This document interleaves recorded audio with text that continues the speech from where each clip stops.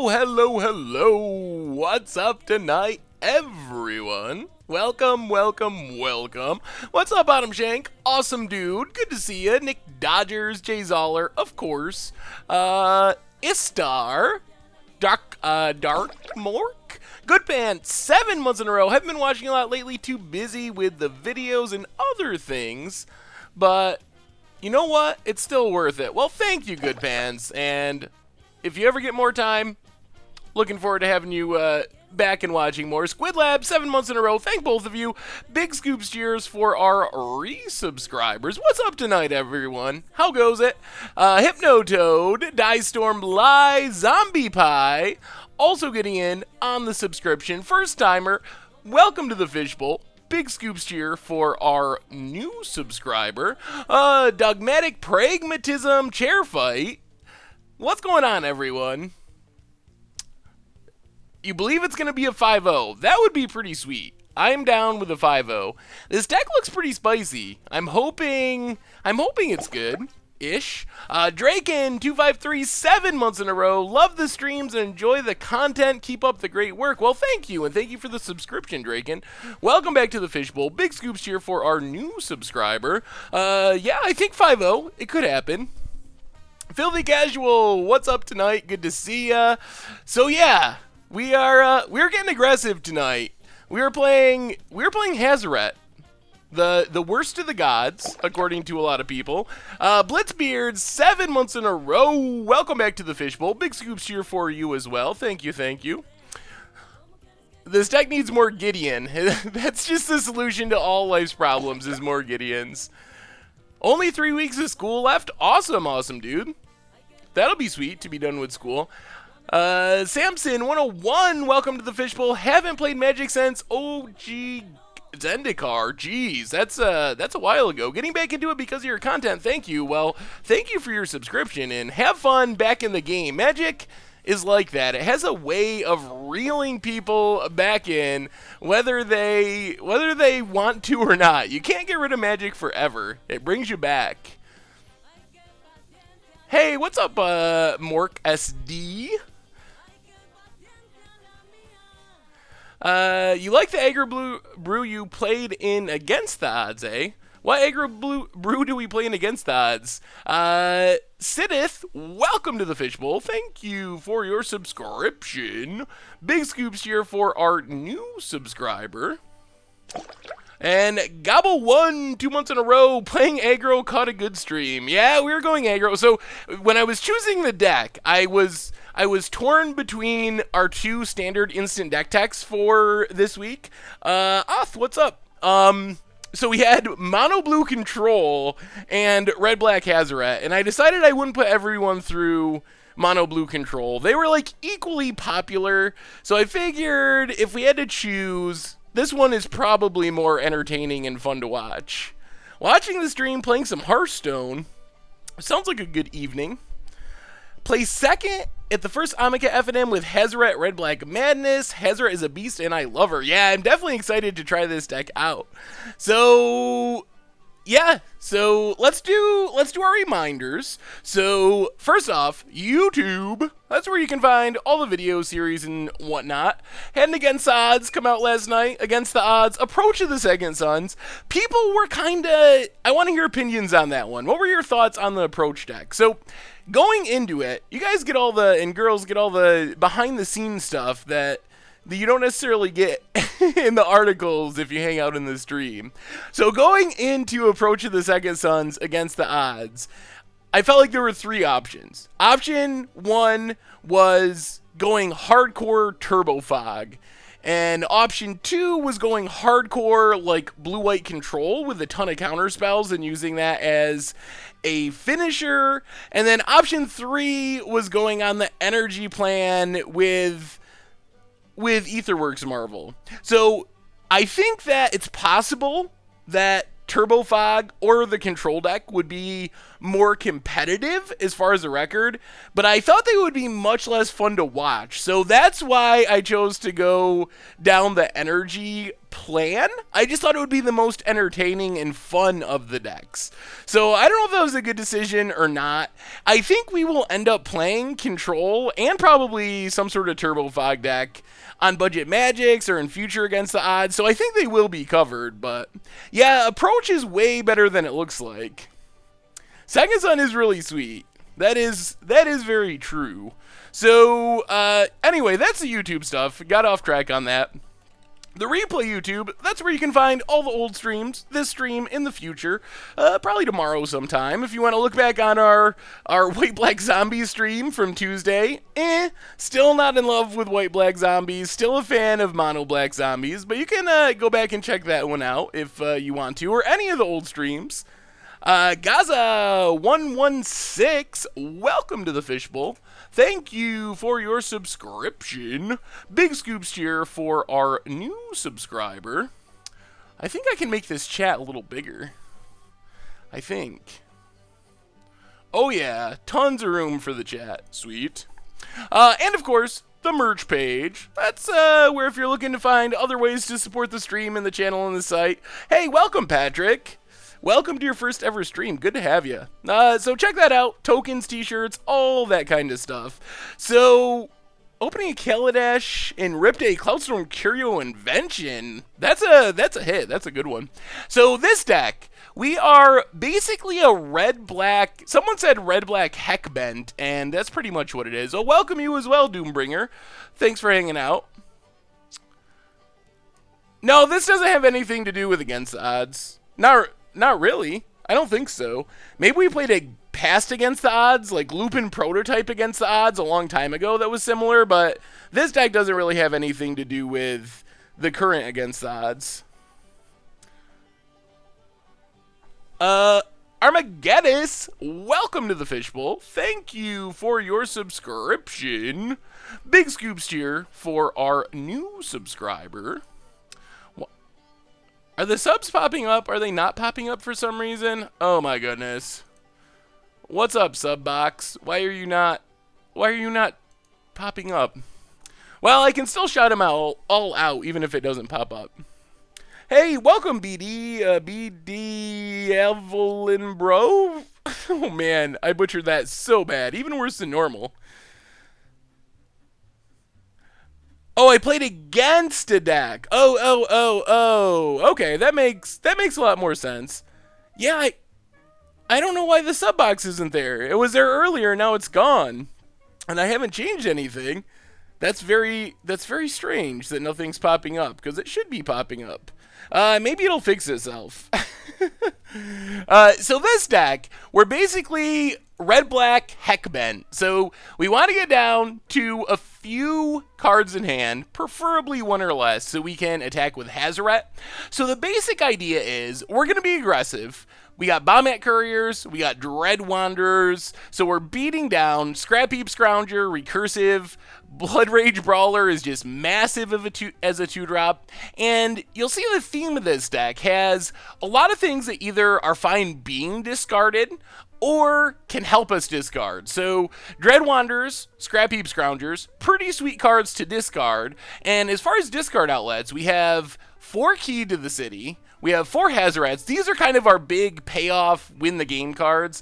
Key isn't as obvious as Hazoret as being a finisher, but it's super good. It gets us empty-handed really easily. We can discard on our turn to get empty-handed for Hazoret, then we draw extra cards so we find more action.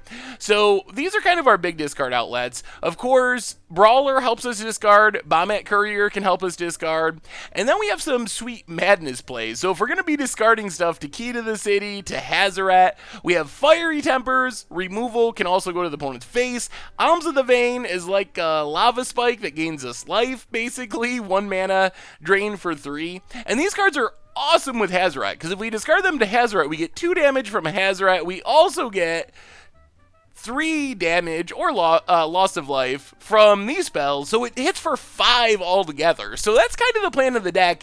Get in some early damage with our 1-drops, with our 2-drops. Eventually, we have Hazoret to finish out the game. We can also just grind people out with Key to the City, discarding our Madness spells, discarding Dread Wanderers and Scrap Heap Scroungers for value, and then Unlicensed Disintegration, just super, super strong removal spell because it deals damage to our opponent, so it helps us actually kill our opponent, and it kills just about any creature that could be in our opponent's deck. Mana base, pretty straightforward. The red-black dual lands, a ton of basic lands. So hopefully our lands are always going to be coming into play untapped, or mostly coming into play untapped so we can curve out. As far as the sideboard, nothing too crazy. We have Release the Gremlins for artifacts. Cletus and Chandra let us go a little bit bigger. Cletus also can be good against aggro. We have some more specific removal, shocks for creatures. Not sold on shock. I think this might want to be Magma Spray, but maybe going to the face is so important that shock is better. And then a couple of Trespasser's Curse for zombies and other grindy creature decks, and a bunch of discard to help fight through control. So against control, we can bring in like all the discard, the Chandra, and maybe the Cletus. And then against aggro decks, we can bring in all this removal and the Trespasser's Curses. So we have a couple of pretty good packages, and then Release the Gremlins is kind of all-purpose for whatever has artifacts. The Bicycle lands did not make the cut in this one because I'm assuming, I didn't build this one, this is one of our instant deck tech decks. I believe this 5-0 to league, maybe it was the small Japanese tournament, I think it was from a league though. So I didn't build it, but it could be correct. Just ordered Hazoret, hoping for a 5-0, that would be pretty sweet. So, love the Boros color pair, hoping the deck does well, yeah. Yeah, Trespasser's Curse seemed like just a combo beater, but it's actually really good in a decent amount of matchups. So this is what we're battling with tonight. Let's go run this through a league and see how we do. Why not Biforce? So we basically have released the Gremlins so we can get some creatures. Oh, Collective Brutality somewhere, 4 in the main. Collective Brutality does seem really good in this deck, actually. Your girlfriend is probably correct. I don't know if I'm going to change it. Hey, we got the subs back. Sweet. Nick Dodgers, welcome to the Fishbowl. Thank you for your subscription. Big scoops here for our new subscriber.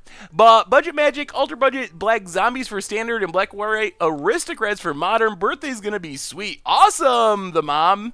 Yeah, that sounds like a good birthday. Those decks are really fun to play. So I'm not going to change it. I don't like changing the decks before we play them, but I will say that Collective Brutality very well could be correct and probably should be in the deck. But we're going to try it like this, and then we can fix it for the next time that we play it. I'm actually a little scared to play a friendly league because last time we ran into such odd matchups. Kind of a little bit nervous, but we're gonna stick to it. See if we can win some treasure chests. Man, the matchups last time were so strange. All right, so yeah, red-black Hazoret. Apache 3221, welcome to the Fishbowl. Thank you for your subscription. Big scoops here for our new subscriber. Going to be teaching my class how to play Magic tomorrow for my project. That sounds like a pretty fun project. Play a game that you enjoy while also getting a project done. Can Metallurgic Summonings make a comeback in Standard? I think there's a lot of good tools. I was just working on the Budget Magic update article today. It'll be coming out Sunday. And I think that there's a pretty good chance. Probably better known as the professor from Tellurian Community College. We're not the same person. Now we're not getting the subs again. What is going on? Electrocena, welcome to the Fishbowl. Thank you for your subscription. Big scoops here for our new subscriber. Since Amonkhet dropped, I've been trying to get Torrential Gear Hulks, but they've done nothing but get more expensive. Any thoughts if the price will come down or continue to spike? Oh man, this hand is super bad. We're gonna mulligan that one.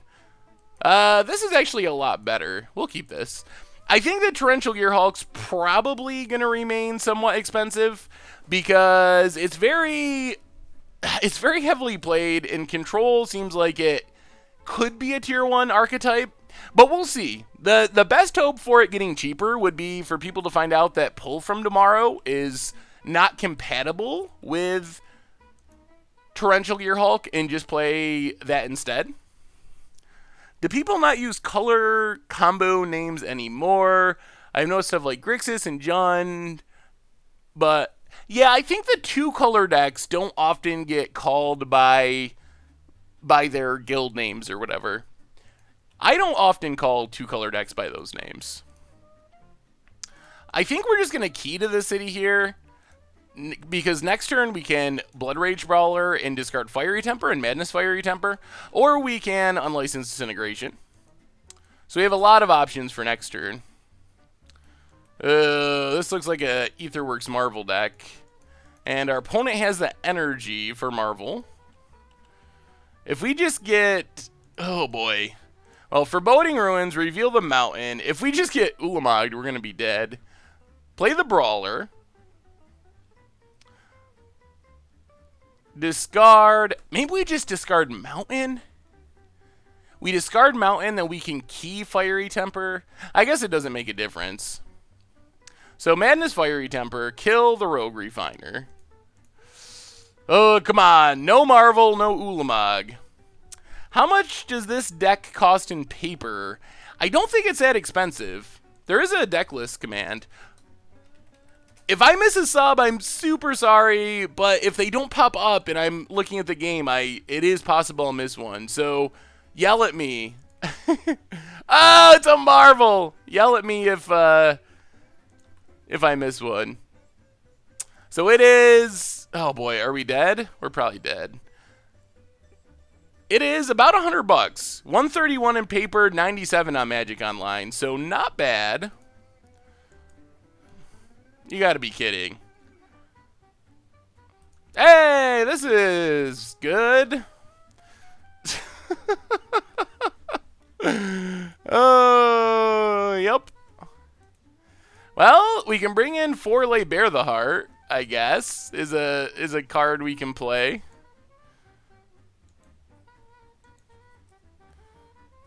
We don't really have any answer to that. If we run into Marvel like 4 or 5 times in a row, there's no way we beat that deck. I think this deck is reasonable, but I don't have any hope of this being a good matchup. I don't know if Release the Gremlins is worth it. Greetings from Barcelona. Got a super cool Mardu Tokens deck. Angel of Invention, Hidden Stockpile, Pia. Ooh, that does sound really sweet. That sounds like a really fun deck. Well, yeah, I would play that. Oh, Laybear doesn't hit Marvel. You're right. It's legendary. So we're just drawing dead to this deck? That seems like a problem. Looking over the most recent league results, Aetherworks Marvel seems to be making a comeback.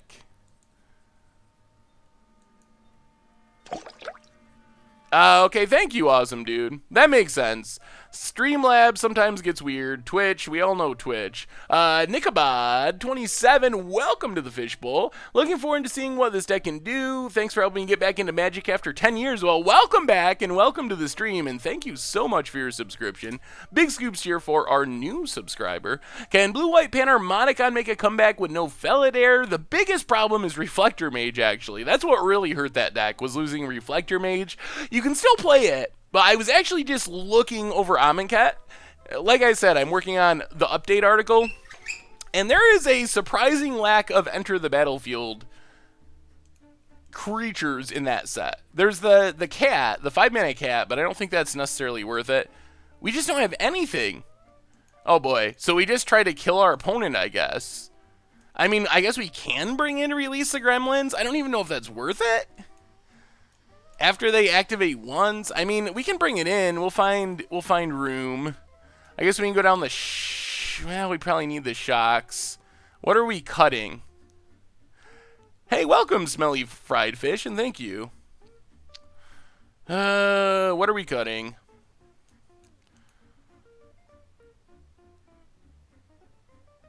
We'll just cut.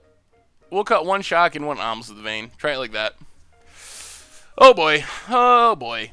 The problem is with Gremlins, it's a lot of times the damage is already done. Alright, well this hand's pretty aggressive, especially if we get 1 more land. So, Mountain and the Bonded Courier. I hope Ray's Dead breaks out at the Pro Tour. Ray's Dead? Oh, yes, recording mode. We'll fix this. Readjusting. Thank you, thank you. There we go. Yeah, trying to kill the opponent. Good way to try to win at Magic.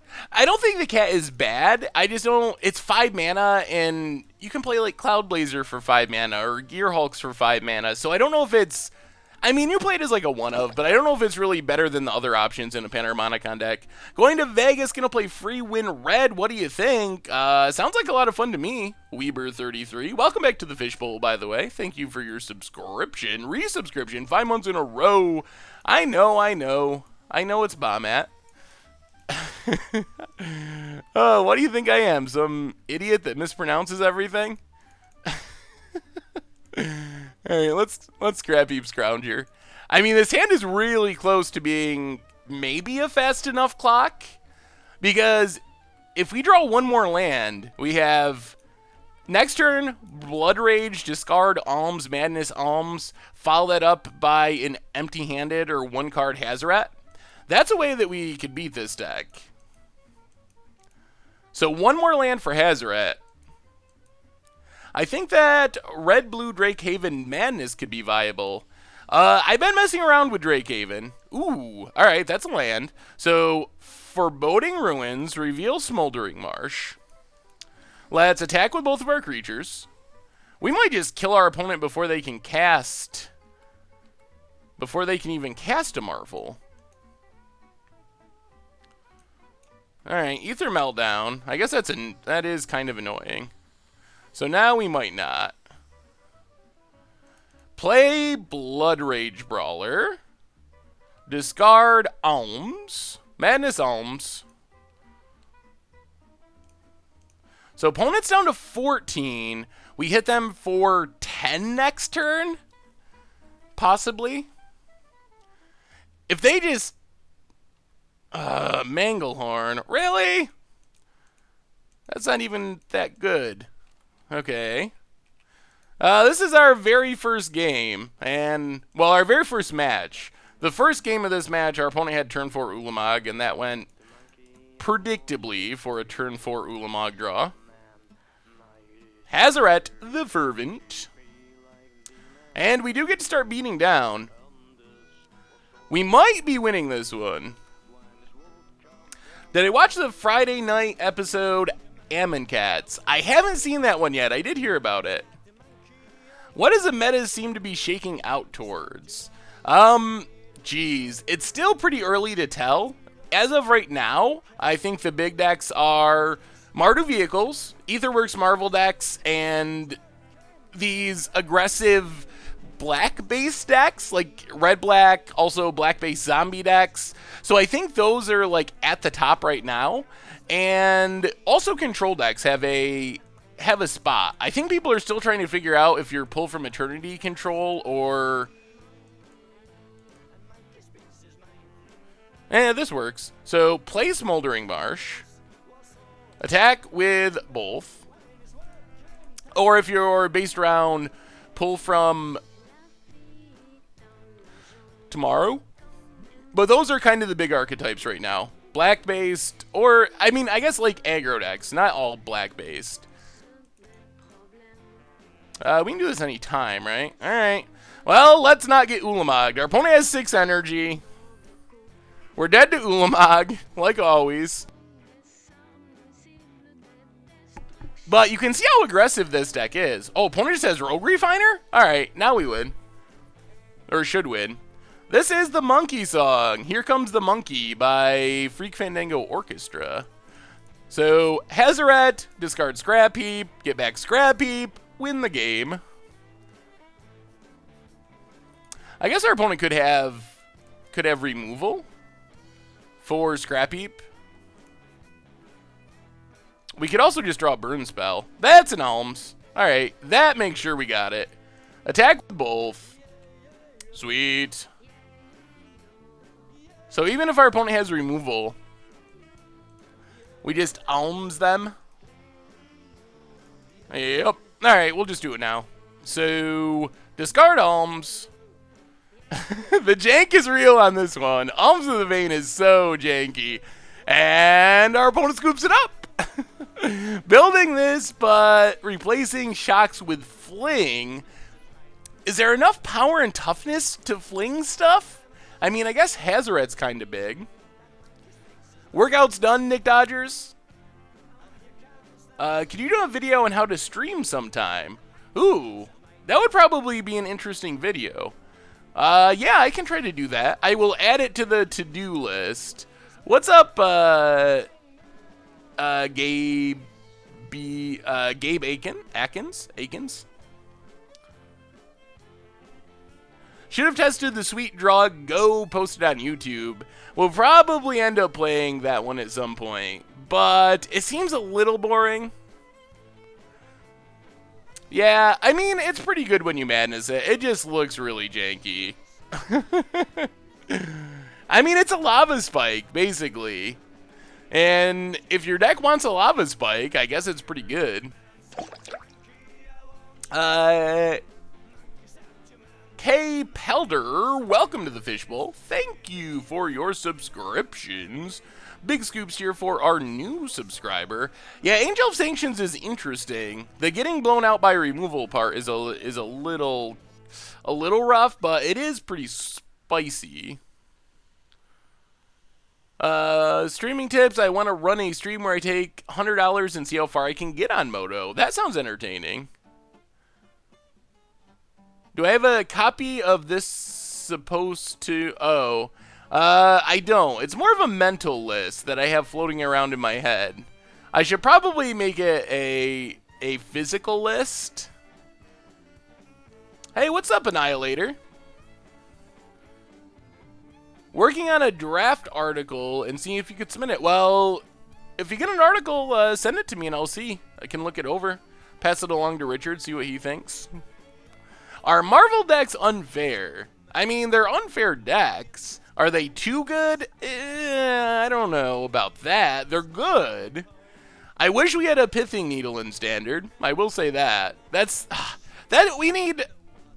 Did you all see the rumors of core sets coming back? That would be awesome. Some sort of core set. Even if they stick with the 2-set block and it's some sort of supplemental. But a place where you could have Pithing Needles and whatnot would be so sweet. Mind Trick, what's going on? Welcome. Alright. We're not changing anything. Any plans to stream Aristocrats in Standard? We will definitely play Aristocrats. I don't know if it'll be on stream or on Budget Magic, but I love Aristocrats. It's really fun. So I'm sure we will be playing it at some point. Pone has a tune with Ether. Yeah, I would be down. But there was... Wizards set something out that made it seem like the return of core sets could be a possibility. Some sort of promotional thing asking, or like a survey asking what they would name a core set if they did one for like 2019. Since we have a second key to the city, I think we're just going to discard a key to the city here. It doesn't feel great, but I think it's worth it. So get in with Dreadwander, play our Brawler, and just discard an extra key. Next turn, we can start keying off with Fiery Tempers. I want reprints in Standard. I don't think we need to have... We don't need to have Thought Seizes and Mutavaults, but we do need... I would like to have more reprints than we have now.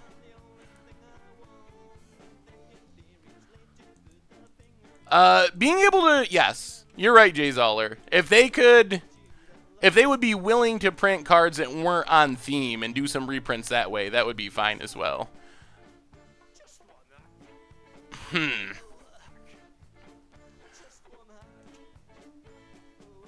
I think we just Fiery Temper Rogue Refiner. Man, if our opponent doesn't Ulamog us, I feel like we're in pretty good shape. We hit our opponent to 12, and we have 6 points of burn right now in hand. We're actually super close. Man, it's that turn 4 Ulamog draw that gets us. Opponent has a land. They don't have the energy right now. Manglehorn on key. That is annoying. They still don't have the energy. Hazoret. Can't cast it. Well, let's attack with both.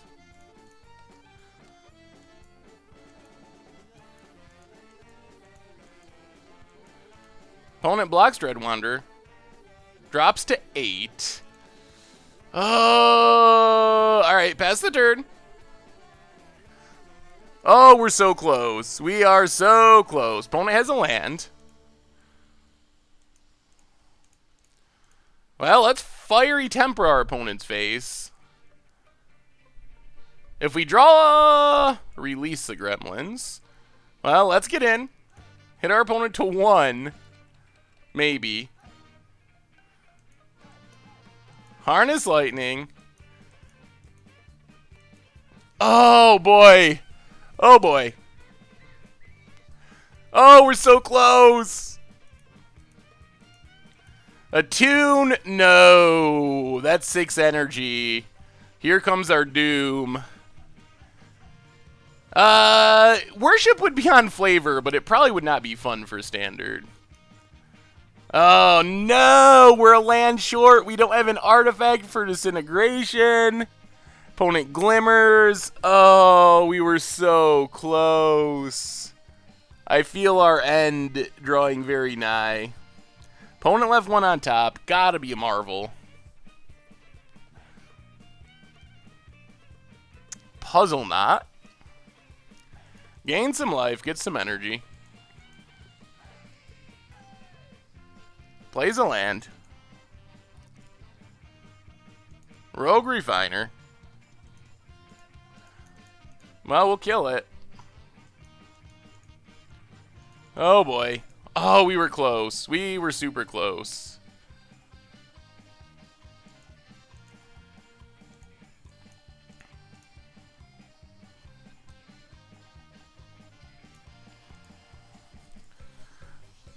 Oh, now what do we do? What do we do? We can play Hazoret, but we're not heck bent, so it can't attack.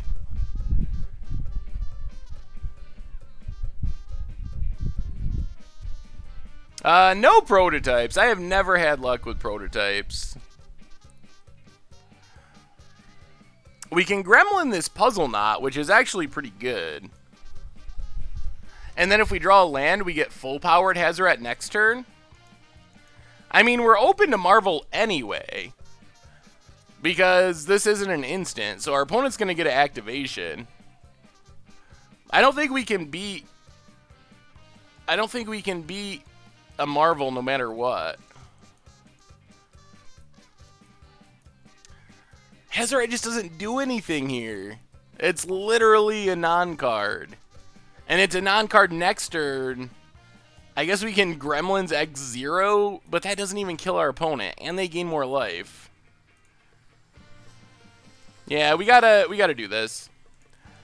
We're gonna lose to Marvel either way. So I think that this gives us our best shot at winning.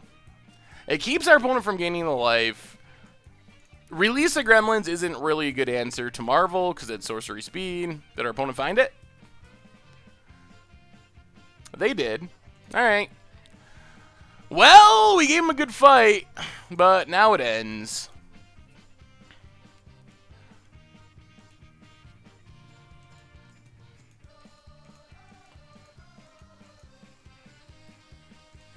Well, Rogue Refiner is not our death. The problem is our opponent gets to spin again next turn.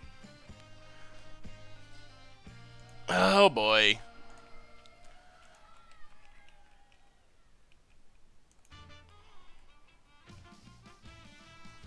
All right, opponent whiffed on this one. We'll see. We'll see.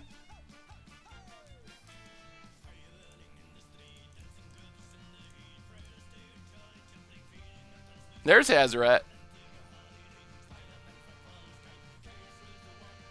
Attack with both.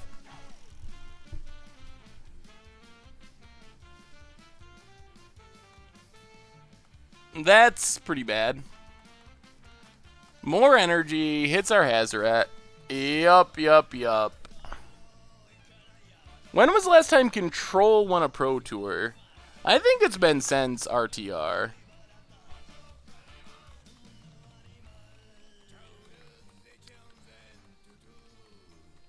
Oh, man.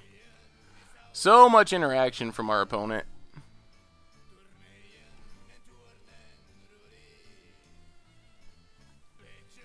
Not even listening to a Goldfish deck list? What? Oh, yeah, one Kaladesh. That is very true. Control Mirror in the finals.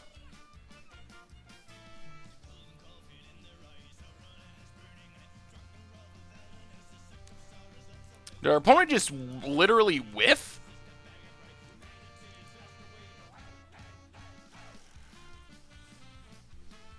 Oh my goodness. Oh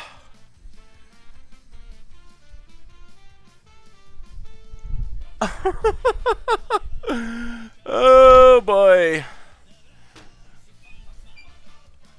Now what? We can 5 our opponent with Fiery Temper. They actually don't have the energy right now to activate.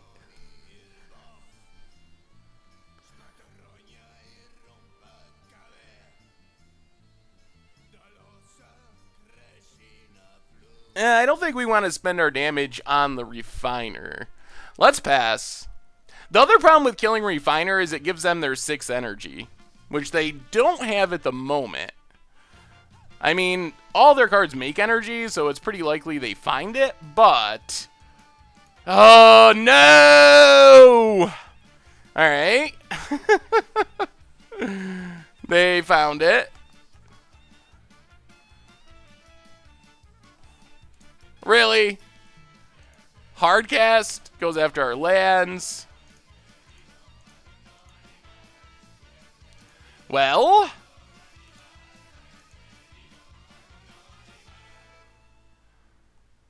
Discard Fiery Temper.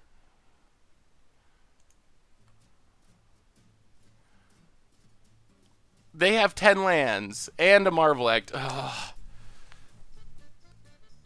We don't win.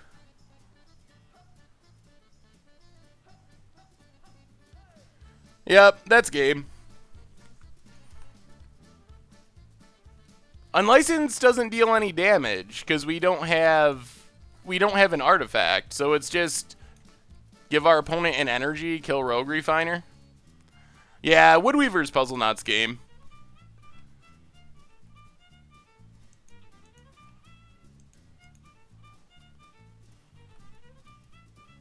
I won't scoop, but there's no combination of draws here.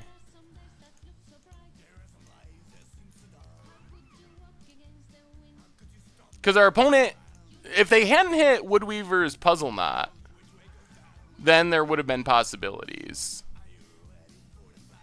Does Harsh Mentor slot into free win red? I mean, you could play it out of the sideboard, but I don't think you would main deck it.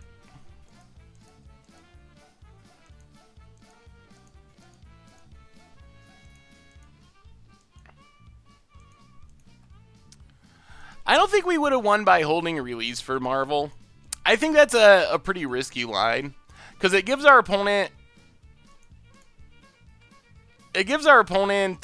more life for one thing.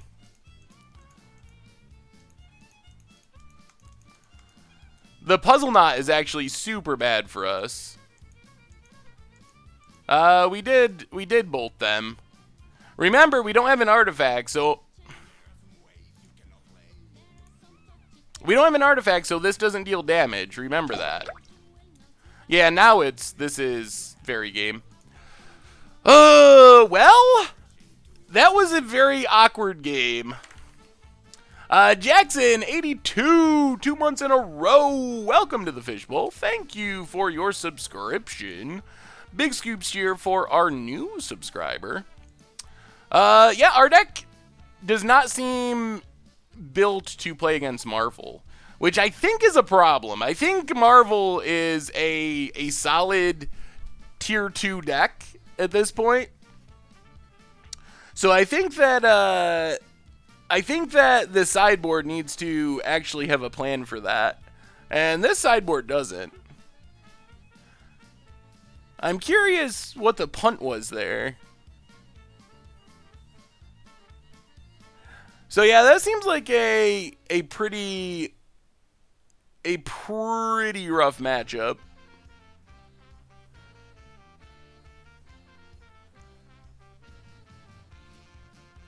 Think that discarding key in the early game was a misplay. Maybe.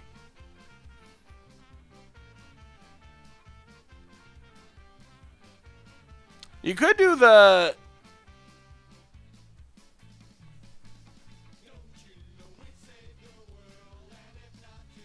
Yeah, it's hard to say for sure what's tier at this point, pre-Pro Tour and with a very small amount of data, but Marvel has definitely been on the rise.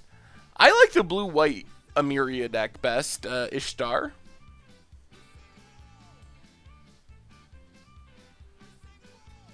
Remember, you can't get Wanderer back from your graveyard until you have, well, until you're Heck Bent. You gotta have one or less card in hand to activate. So, we couldn't have done it until after the turn, basically, where we discarded and dealt 5 damage and our opponent played the Ulamog from hand. We didn't really have a chance to do that beforehand because we had too many cards in hand. Which is a problem. Like, their Sicilian Defense 21, welcome to the Fishbowl. Thank you for your subscription. Big scoops here for our new subscriber. I don't remember who said Heck Bent first. I think I saw it on Twitter. Maybe it was on Reddit. 5 out of league with a super sweet Bant list. I don't think I have seen Bant Aetherworks Marvel. Sounds sweet, though. Okay. I mean, the sand's fine-ish. We got some early plays. Swamp and Red Wanderer. Well, let's get in with Bombat Courier. This will be interesting. I'm not really sure how this matchup is going to go.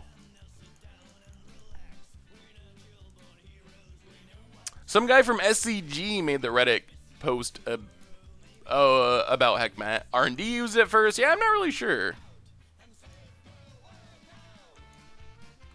Someone came up with Heckben, and it wasn't me. How's the deck been? I mean, it's pretty early to say. This is only our second match. We lost round 1 to getting Ulamogged. We lost, what, 1-2 against Aetherworks Marvel? That was a pretty good draw. I think we just need to shock this Metallic Mimic before bad things happen. And get in for 1. And then now we have Disintegration online for a 3-drop. And 3-drops are where the zombies have all their best stuff. Hey, Alana! Transgress is better than Dispossesses. This deck probably needs... yes, this deck is built around Hazoret, the Red God.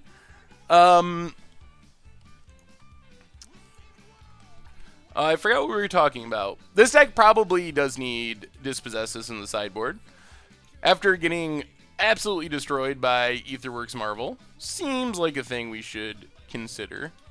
But like I said, this is one of our instant deck tech decks. We didn't actually build this one from the ground up. This is someone else's deck.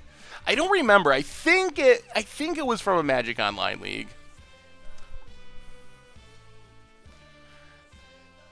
Dispossesses. I can call it whatever I want.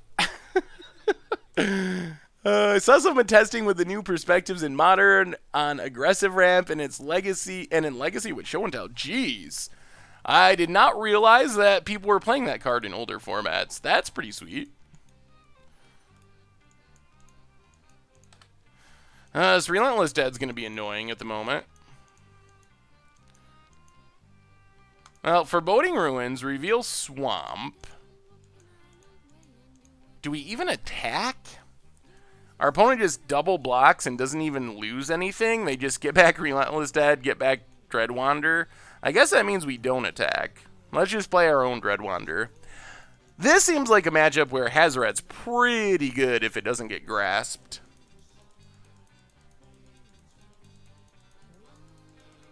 When your opponent plays a deck you like, do you tell them to win a small Japanese tournament so you can feature it? No, but that's a good idea. I might have to start doing that. Think of Alms of the Vein. Yeah, it is kind of build your own Siege Rhino. That's true. 3-mana Siege Rhino. Brawler's not quite Siege Rhino, but it's not bad. This is not a zombie. What could our opponent have? Alright, oh. Duh. Menace, but Menace. Always Menace. Yep, never mind. Can't block. Cut to Ribbons is not in this deck. Will Goldfish be doing a meta on the Commander Leagues rather than user-submitted decks? I will have to ask Richard about that when he gets back. More lands. Alright, play a mountain past the turn. I think we gotta stay on defense. We take way too much if we attack. Not an ideal situation. Yep. We do pretty much just lose to Liliana's Majesty if our opponent has it. I guess that's fitting, since I'm probably one of the biggest supporters of Liliana's Majesty, so... This is, this deck really needs Hazoret or Key to the City. Those are two of the cards that the deck seems to really need to function.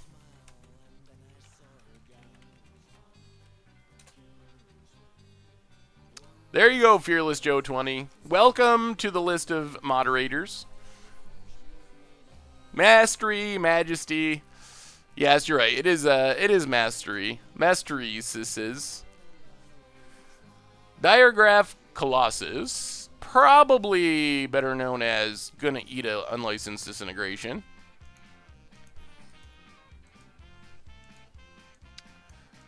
Do we just kill it now?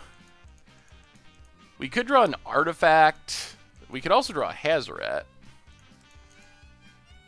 We could also draw a shock. All right, let's wait. See what we draw.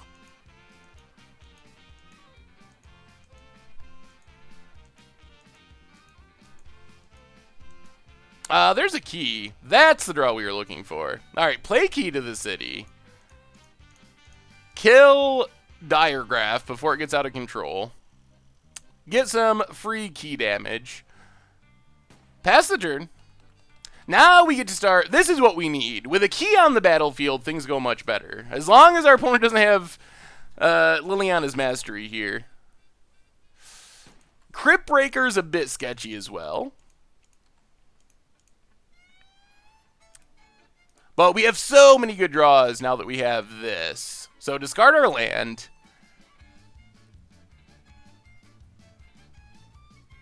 Get to draw an extra card.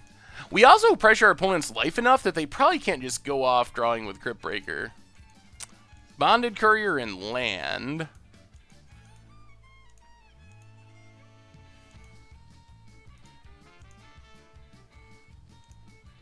Alright, let's discard the mountain so we can get in with our brawler.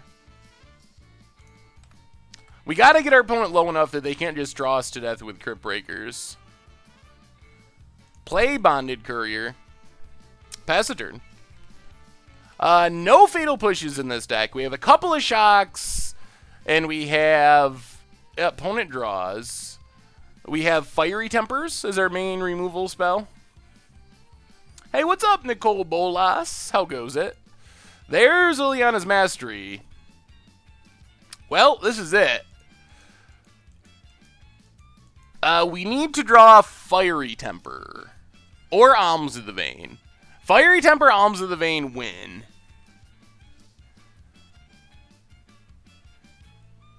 And we get a couple draws at it thanks to Bombette Courier.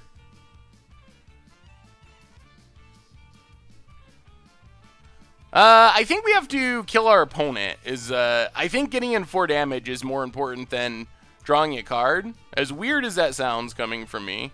So this is it. We have what, six outs, but we get extra draws. So draw with key. Actually, probably tap black mana. Come on, come on. Good draw, good draw. Double land. The old double land draw. So play the mountain. Discard the swamp. Make Brawler unblockable. Well, we get one draw at it. And it's got to be Alms or Fiery Temper. Those are the two cards. So go attacking, exile. This is it. This is it. Come on. Come on. Come on, Bonded Cur. Oh, that's so depressing. Bad time to draw 3 lands in a row, and that does it. Hey, what's up, Mind Trick? Oh, boy. Oh, boy. Oh, boy. Well, I mean, we had a lot of draws at it, and we just drew a lot of lands. I must admit I'm sorely tempted by the mono blue Engulfless. I like playing decks that aren't tier 1, but relatively solid. Where do you think the strength of Engulf decks falling? I'm a Lantern Enduring Ideal player. I would say that deck is.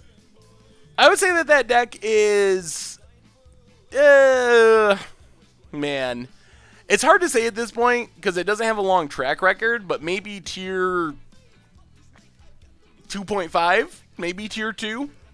I think it has some power and that it's fairly playable. But I think it's going to struggle with aggro. That's my main concern. I think there's going to be aggro decks that deck just can't beat. We lost to Ulamog in round 1. Any chance for a standard As Foretold deck? So As Foretold was on the Against Odds poll this week. It got beat out by Glorious End, but I'm sure we'll get to it eventually. It is soon, but big change off the bat. I think we need Dispossess is one of the big ones.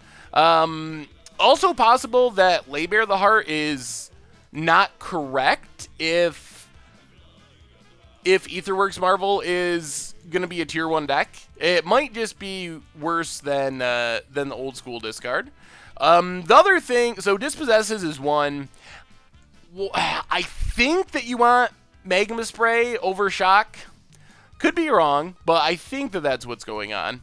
So in this matchup, let's sideboard real quick. Trespasser's Curse, awesome. Kalidas seems pretty reasonable at shutting down zombies. Sweltering Suns seems good. We could bring even more removal. We might have to. We might be just going down the Alms of the Vein in this one, which, while good if we're being aggro, doesn't really help us control the board to any great extent. So I think we want to do something like this. Not sure what the last couple cuts are, though. Scroungers, Couriers. Maybe we can't bring in the Shocks. Maybe it's just like this. Actually, maybe we want Shocks over Unlicensed Disintegrations. Maybe like that?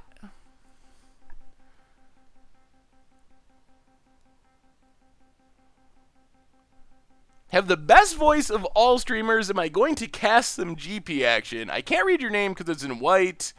Phone Microwave. I would consider doing that if someone asked me to. I think it could be fun. My voice is controversial. Some people love my voice. Other people say I would sub to your channel if it wasn't for your voice. Like, I love your content, but your voice, it drives me insane. So, but thank you for being on the love the voice side. Yes, I think exile removal would be important for the sideboard.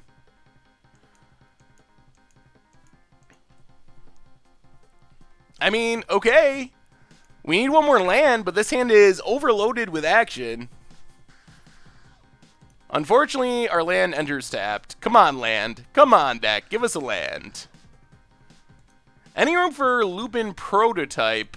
I have never ever had good experiences with Lupin Prototype. Land? One time? Deck, please? Deck says, no thank you. Alright, gotta kill Crypt Breaker. Can't let that thing live.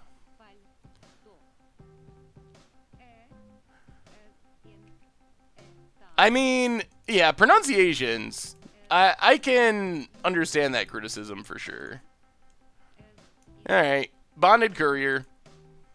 Gonna have to discard our hand to try to draw lands. Does not sound fun. Get in for one. The problem is Liliana's Mastery is going to be very challenging for our deck to beat. Westvale Abbey.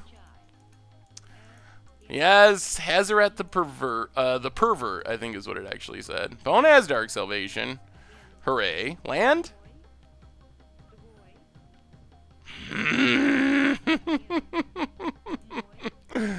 I feel like this deck is not giving us a fair shot. Oh, well, thank you, Prideful Pelican. I know it's Bombmat Courier. I just like to say Bonded Courier.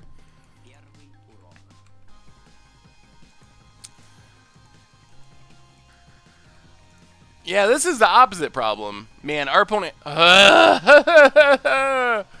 opponent has to have, like, mono Liliana's Mastery in hand.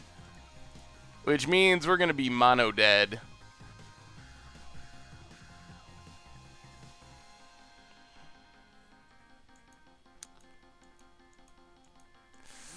The hand is... there's Mastery. Yeah, I mean, the keep is greedy. The hand is super good with just one more land, though. And we had a lot of stuff to do... Yeah, this game's over. We had a lot of stuff to do, even with just one mana. Hey! Turn 6 is a lot too late. I mean, I think we should probably scoop, but I'll play it out. Play it out, don't want to get yelled at. What am I playing in Standard casually? Lately, I've been working on Drakehaven decks. Swag LC, welcome to the Fishbowl. Thank you for your subscription. Big scoops cheer for our new subscriber.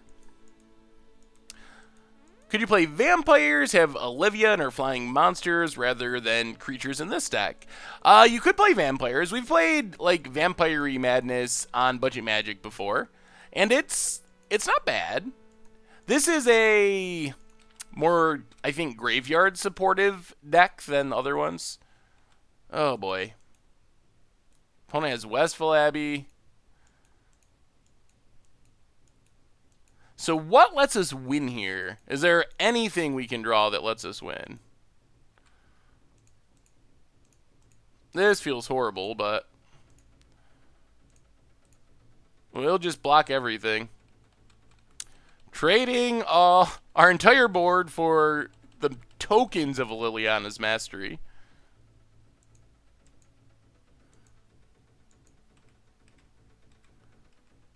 Oh, D.A. Grandolph, the Grandolph, welcome to the Fishbowl. Thank you for your subscription. Big scoops here for our new subscriber. And Helen Venture, 2 months in a row, says hi, Seth. Well, hi, Helen Venture. Welcome back to the Fishbowl. Big scoops here for you as well. Yeah, I mean, Kalitas and no removal could be good. Pona has Relentless Dead. No black mana, but it's a 3/3. Well, there's a land. So we get to play Key to the City, discard Fiery Temper, Madness Fiery Temper, get rid of Relentless Dead permanently. Well, I mean, maybe if our opponent's on blanks and we just draw an untap land and play Kalitas. Oh, they get back Crypt Breaker? Yeah. Well, at least Relentless Dead is gone. We're so dead. Have you ever considered doing competitive Commander games on stream? You could just make the most broken deck possible with the new ban list. Could make some super janky brew and see if it can beat Primeval Titan. I think we'll probably try a Commander League. What's up, 595? We'll probably try a Commander League after they go up in a couple of weeks. I think it would be fun to just see what it's like, so I think we'll probably do that.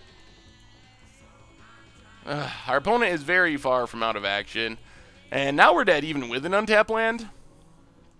Well, so far, and in our whole deck, 22 lands minus one we drew.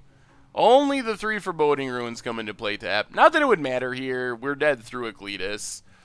Well, so far this has been kind of a nightmare.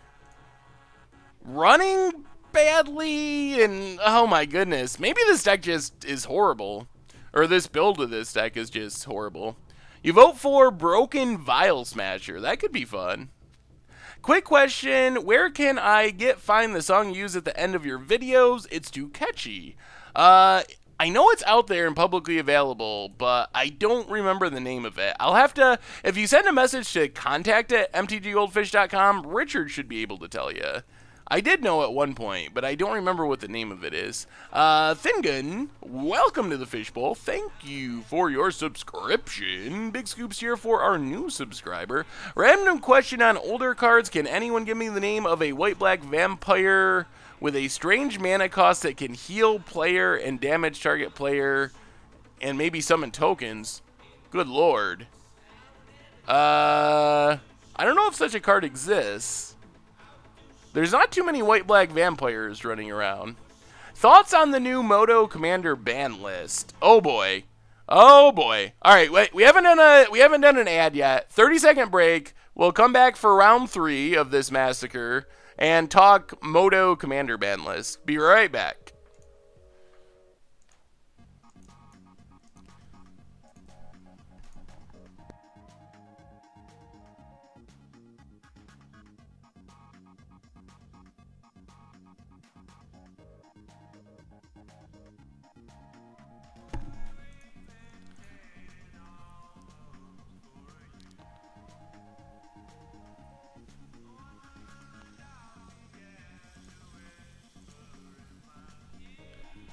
All right, we're back. All right, heading to round 3. So Commander ban list. Oh my goodness. Not a fan. So here's the thing. The Commander ban list that Wizards posted. There's a lot going on with this. I like the idea of Wizards running the Commander ban list. I think that could be a good thing. I think that the ban list they made is probably pretty good for competitive 1v1 Commander. I think it's going to be good for that. It's going to it seems reasonable for competitive 1v1. I'm not super well versed in that format. I played it a little tiny bit. I played it with Tomer at one point. So I'm not super well versed, but from what I know of the format, it's probably pretty good. I do really like Sol Ring being banned, so that's awesome. Doodle Bam, welcome to the Fishbowl. Thank you for your subscription. Big scoops here for our new subscriber. The problem is, it kills multiplayer. The ban list they posted, and they want the ban list to be for multiplayer and for 1v1. They want to have one Commander ban list, one Commander format.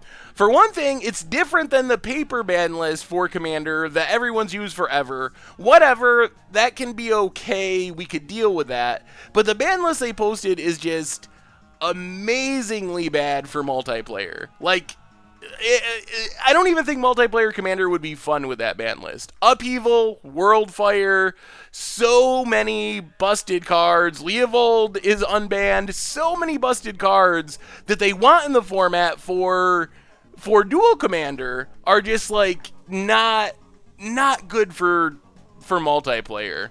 So I hope that what Wizards does is just make the format separate. Zombies Part 2. Just make the format separate. That's all they got to do. If they make the format separate and have a 1v1 ban list and a multiplayer ban list, then things will probably be fine. Getting low enough on cards is a challenge. That's one of the problems. Opponent's playing the bad zombies, but still might be good enough here. Well, let's get in with Dreadwander.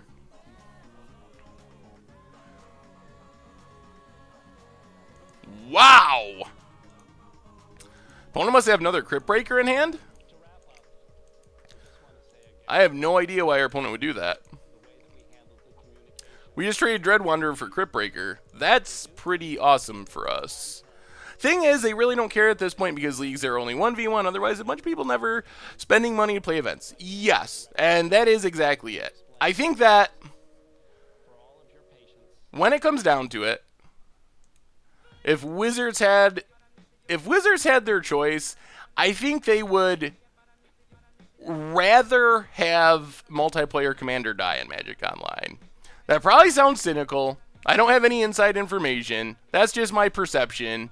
That not only do they not make money off multiplayer Commander because there's no tournaments, they also, it's like a net negative because they have to support the multiplayer screen, keep up all the 4-player stuff, and all that, and they never make money off of it. Yeah, Magma Spray over Shock seems like a big deal for this deck. I think that's a deck building problem right there.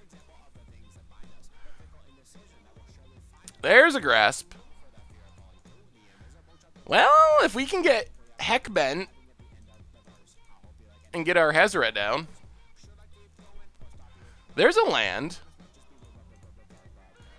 Well, we're gonna... Oh, this is so painful.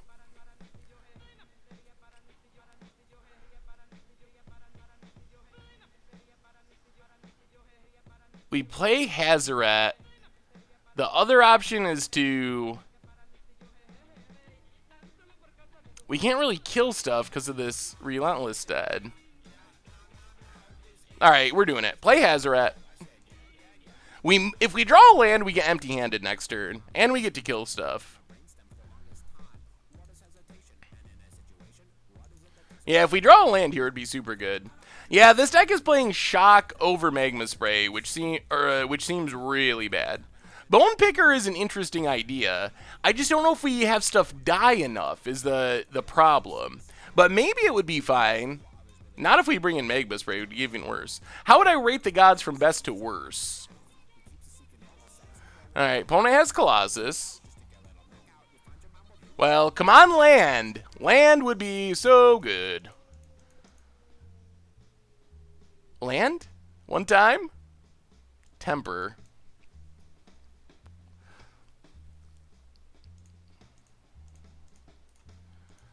Alright. Fiery Temper the Colossus. Now we're probably too slow. Pass the turn. You can see, like, we got the Lupin prototype problem. And it's not that easy to get empty-handed. Like, it sounds like a great idea. And with this deck, when we draw well, and we have Key to the City to empty our hand, and so forth, it can be really sweet. But there's a really huge problem that we're just dying with our namesake card on the battlefield because it doesn't do anything.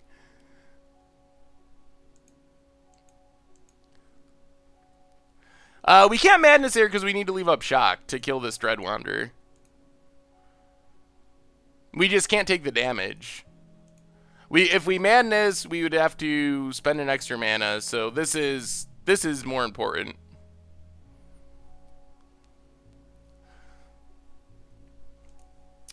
So we take our hit down to 6.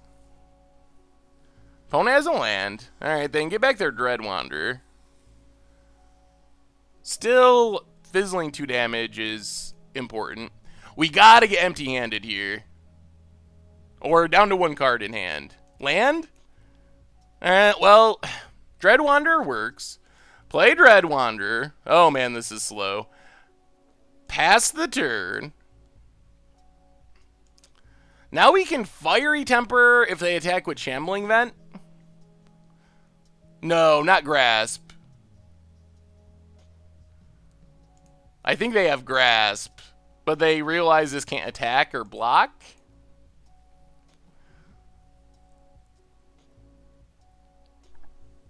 Did I see the Drakehaven list you sent me?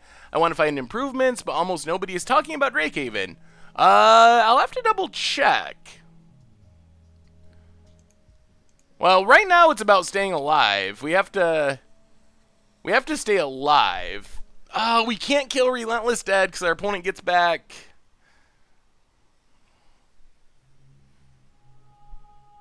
Oh, this is so bad. If we kill Relentless Dead, they get back Relentless Dead and get back Diagraph Colossus. We can Fiery Temper Dread Wanderer, but our opponent gets it back. We can just discard the Hazoret and block Dread Wanderer, and then we get blown out by Grasp. But if our opponent has Grasp, we're dead anyway. I think, because we take 4 and then Relentless Dead gets us. I don't know if we have an out, honestly.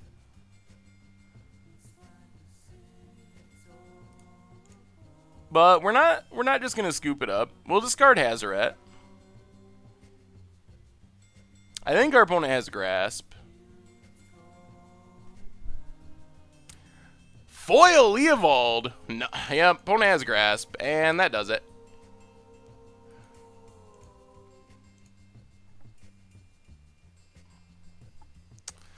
Oh boy.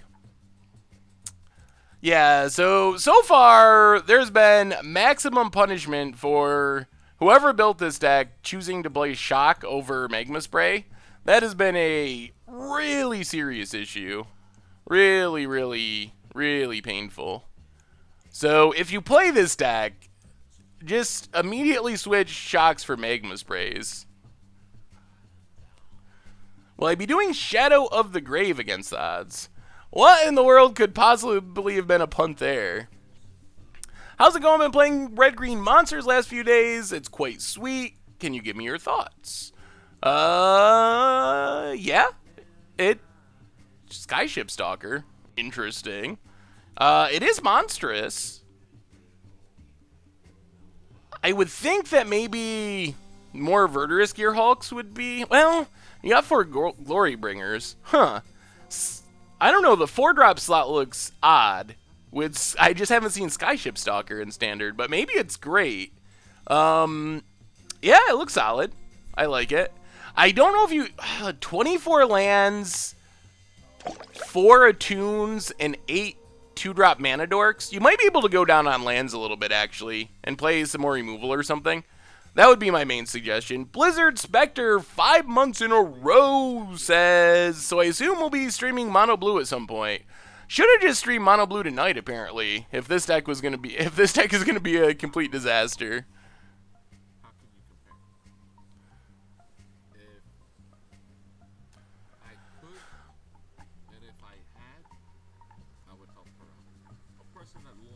So typically, with Much Ado About Nothing and with the stream decks, I typically try not to change things. That's kind of the idea. We do the instant deck tech, then we test them out on Much Ado with the stream. Maybe I should not stick to that rule. There's this really weird line between representing the deck that got a deck tech and people wanted to see, and trying to improve the deck and make it possible, and or as good as possible.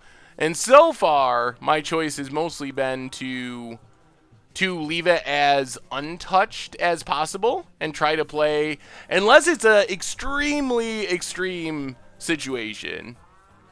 I have not seen the cycling deck that went 5-0 with Weirding Wood. I did not know that was a thing. We have also had a lot of this happening. So we will do some mulliganing. Alright, we'll try this. Fiery Temper. I guess to the bottom? I guess we need Key to the City and Hazoret. It's also possible that this deck is just bad. Like, I think some of the choices make it worse, but... It might just not be a good archetype. Paradox Whispers, 5 months in a row. This seems more against odds than approach. That is seeming kind of true. This deck has not done much winning. It seems like it could work, but I feel like we haven't... I don't know. I played one test match with it before firing up the stream, and we had Key to the City every game, and sometimes 2 Key to the Cities, and it functioned really well.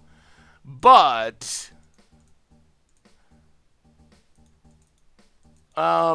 without Key to the City, this deck seems way worse. It seems really dependent on a small number of cards. Yeah, I mean, and I think that's part of leaving the deck unchanged also has the upside of, because people play the decks from the deck techs and people play them out, and it gives us a chance to test the decks and figure out what can be improved. So I think there's some upside to playing the unchanged list and seeing what could be improved. We obviously pay for it by having worse records, I think, than we could have if we were playing more optimal builds of the deck, or better builds of the deck. That thing's going to be a problem. We also don't have any... This deck is weird. We also don't have any hard removal. So we're pretty much just... I mean, I guess we got Unlicensed Disintegration, but we're not playing Fatal Pushes, we're not playing Grasps. So we're like semi-lacking in hard removal spells.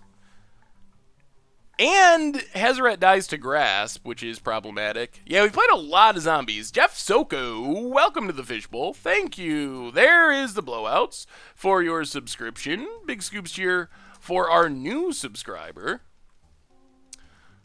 That is very true, Jay Zoller. I know just some people have mentioned that before, like, oh, you should update the decks more. So maybe I'll have to do a poll on it and see what people think. Do you think Approach Aetherworks will eventually replace Ulamog in Aetherworks? Seems unlikely. Ulamog is pretty close to just you win the game right away. I mean, there's some upside to playing Approach. The life gain is nice, but Ulamog is very strong, so it seems not super likely that would be a replacement. We have 2 Lightning Axes in the sideboard. Improve a deck on the fly on stream. That could be sweet. That could be a fun special stream. Do you include the link to the replay on the deck tech when you stream it? Yes, I think. The deck tech is like linked to stuff, yeah. So people can see the deck tech. How's this deck been performing against Mardu? Please type response, don't have volume. We haven't played Mardu. What's up, Delvin? Hello from the US. Well, we got a curse down. Opponent has an empty board, although Shambling Vent can gain our opponent life. Good way to counteract the curse. Another land for our opponent.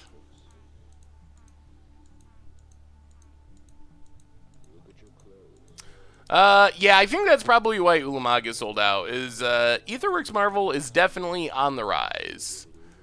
Definitely seen a lot of it. Aetherworks Marvel and zombies. I'm looking to go to a modern GP, but I play Burn. It seems I have to be an actual person to compete. What do I do? Yes. I think there's a GP exception to Burn players are not people rule. But tinker around with mono black counter deck. Build around Metallic Mimic and Animation Module combo. Sounds spicy. Well, Blood Rage Brawler. Not a bad draw. Get to discard Scrap Heap Scrounger. Upside of the new gods is we can actually get it back with Hazoret. So now we have a blocker. We might be able to win this game if we run well. Will we get a spicy deck featuring, oh my god, so many fatal pushes. Anointed Procession. I'm pretty sure we'll play Anointed Procession at some point as well. Industrial Revolution. There's a Wayward Servant. That undoes our curse as well. Gonna need removal for that. We haven't drawn many keys to the city this entire league, and I really think that key is probably the most important card to this deck to actually making it do well. The Metallic Mimic deck looks sweet. It's kind of somewhat aristocrat-y. I like it. I don't know. Oh no. Opponent, really? Really? Just all the Wayward Servants? Oh boy. Oh god. Yep. Well, come on, Scrap Heap. Do your thing. Well, Blood Rage Brawler. Not bad, since our opponent is out of removal at the moment. And we might as well Scrap Heap in. If our opponent just draws lands for, like, 3 turns, then we probably win. The problem is the zombie life gain here is so good if they draw zombies. Would include some vampires. What vampires would you include? Well, there's land number 1. Well, there's Bonded Courier. Do we get in with both? The problem is Shambling Vent. Yeah, let's attack with both. I think this is best. We might be getting there. We might be getting there. Opponent fires up Shambling Vent.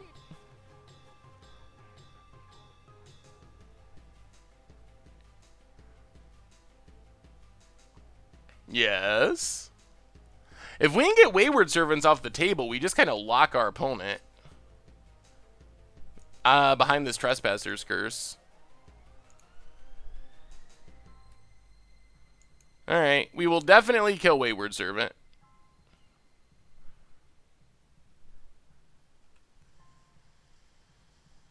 Okay, okay. Get back our Dread Wanderer. So we're in this, and our opponent's down to 1 Wayward Servant, which is helpful. Now the Curse and the Servant just, like, equal each other out.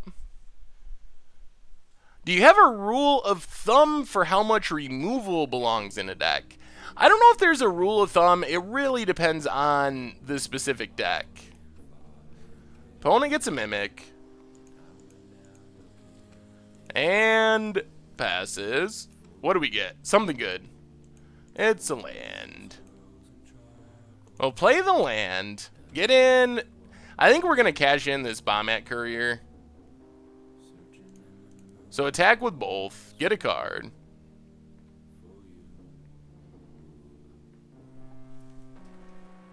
Man, Alana just isn't getting out of here. So it really depends on the style of the deck and the specific deck. A draft stream. Falcon Wrath over Bombmat. Falcon Wrath could be interesting. Yeah. I am down for doing an Amonkhet draft stream. I don't know if it'll be next stream, but I definitely do want to do one. I'm also hoping to do a rough drafts for Amonkhet as well. So our opponent just going to trade with Scrap Heap? They are. Alright. Well, we got to sack the Bonded Courier. Well, there's Key to the City. Not the ideal spot for it, but it's not bad. We are going to have to wait until next turn to play it. So pass the turn. Get back Scrap Heap. Next turn we can key, start doing our cool key stuff. I really want to see the cycling deck. It sounds pretty awesome. Plague Belcher is very big.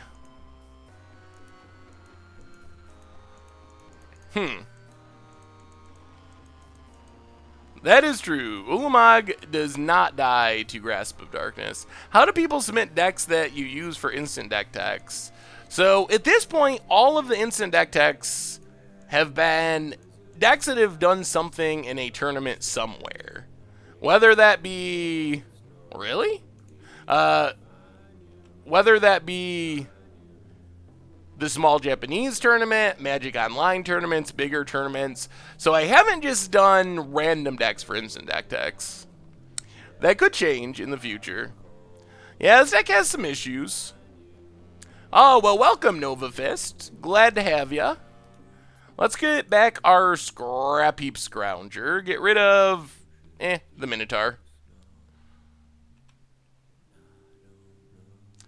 We draw land. Well, play Key to the City. Man, we're taking a beating here. Get in with Scrap Heap. Opponent takes it. Down to 7. Get back our Dread Wanderer. If it wasn't for these shambling events gaining life, we'd be kind of okay. Pass the turn. Warrior, welcome to the Fishbowl. Thank you for your subscription. Big scoops here for our new subscriber. Yeah, people love the new thumbnails. I love them as well. Any chance you guys could do a cube draft for Commander Clash, maybe using Tapped Out for managing the draft? It would really be a lot of fun for you guys. Surely be really nice. Huh. That's an interesting idea. I don't know if it'd be for Commander Clash, but I like it. Alright, let me see this cycling deck, Rollsy. Busier Sands. Yup. Sphinx of the Final Word. Traverse, okay. Fog Cycler, Shadow. Renewed Faith. One Approach of the Second Sons.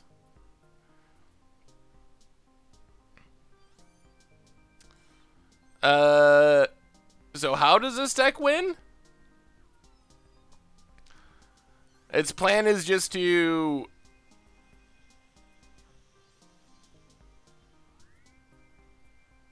Is it just planning on casting Approach and then the next turn casting Approach?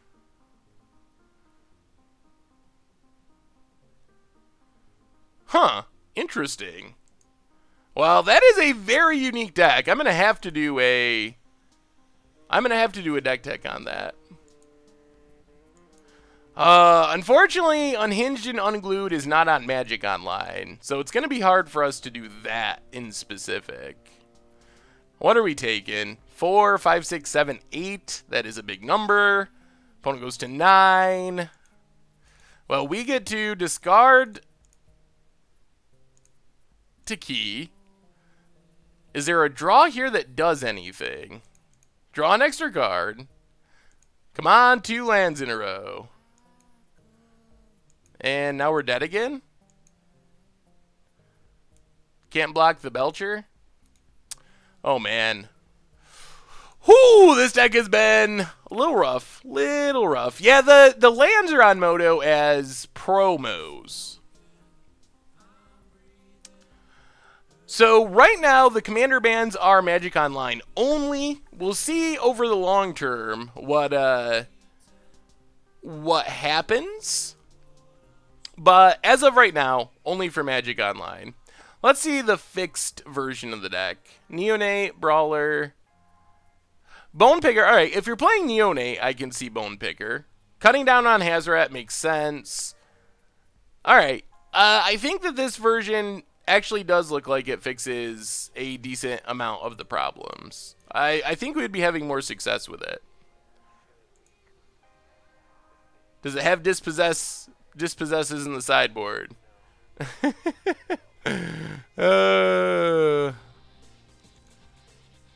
Yeah, the janky mono black deck was pretty interesting. Over under on Commander 17, including Soul Ring, seems likely. Every other one has done it, so I don't know why this one would break the trend. Well, let's see if we can at least scrape out a win or two with this deck.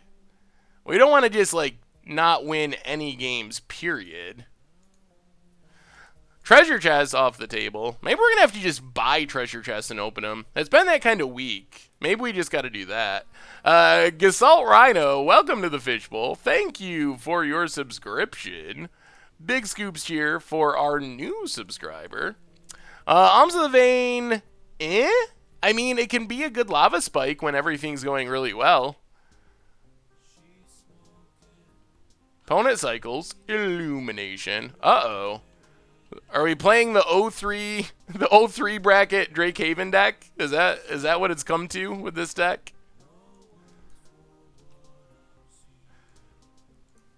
I'm playing 4-color Colossus and having good success. Beats zombies 70% of the time. Nice. Colossus is really fun. Why ban Entomb and Commander? I don't know. That list is geared towards 1v1 Commander. The 05 Dream 595, we're doing it. Pawnee Express, 4 months in a row. Welcome to the Fishbowl. Thank you for your subscription. Big scoops here for our new subscriber. Yeah, I mean, if you want a Lava Spike, it's fine. And there are decks that exist in Magic that want Lava Spikes. But that's all it is. And a lot of decks don't want Lava Spike. So, I think Entomb is pretty fine in multiplayer Commander, or more fine, but in 1v1, it's pretty good. Hey, someone that is playing non-shock.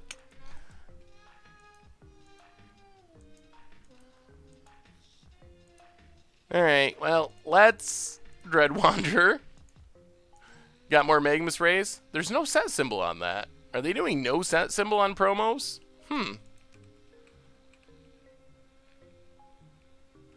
Blue-black control. Please play this deck. I want to see how it does.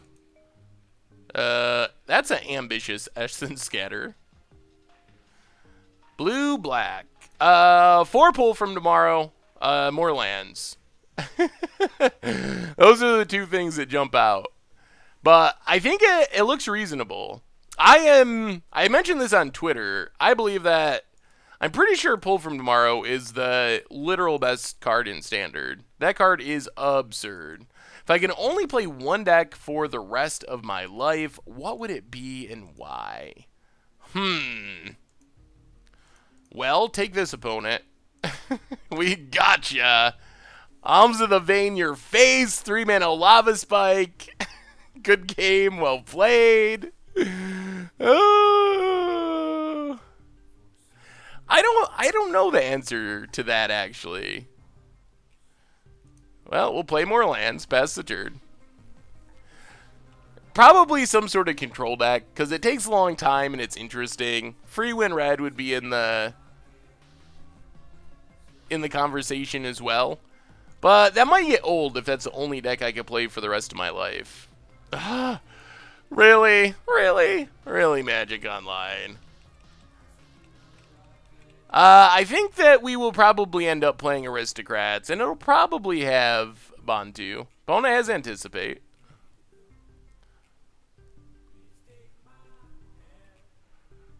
Oh, don't worry, we can lose to anything, including this deck. Bona has all 4 Ether Hubs somehow. Yep.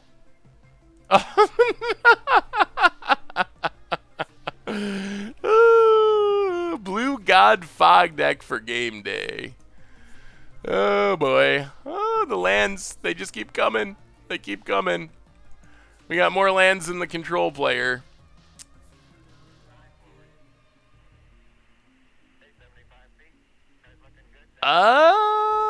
Yeah, the God Fog deck looks interesting. Insult to Injury. Is that to combo kill with Fateful Showdown? It seems playable. Oh, man. Opponent's definitely winning now. They just cast a Pull from Tomorrow. Draw 7.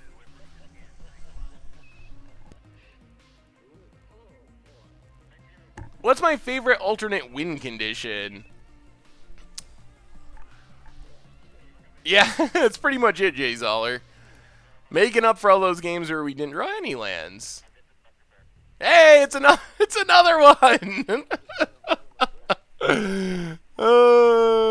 Yup, go. I mean, it seems like this could be a good matchup, but holy, this is not how we drew it up. I would play any tribe that you can think of. I have no limit on the jankiness I will play. I think Fevered Visions is actually good for us. I am very happy about that. Let's shock our opponent's face. Yeah. Well, thank you, opponent. I guess we'll also Fiery Temper. So Dread Wanderer can only come out of the graveyard if we have one or fewer cards in hand. And we haven't been able to get one or fewer cards in hand yet. Do I have a Fling deck brewed yet? I have Fling decks on paper, but not one that I've actually tested. Jackal Tribal. Oh, no! Oh, I swear it's been every turn. Every turn. We're at turn 9. Another one? Yep, bonus cycle sensor. Not well, we have sensor protection. Oh, man. Key to the City would be so sweet if it resolved.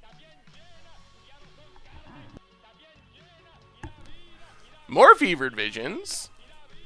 I mean, I don't expect it to resolve, but if it does... The other problem is we got to get discard to get rid of this unlicensed disintegration. Oh, God. Well, there's how we die. Torrential, opponent can't play. Well, let's see if we can resolve Key to the City. Let me see, Squid Labs. 42 land Swan Hunt.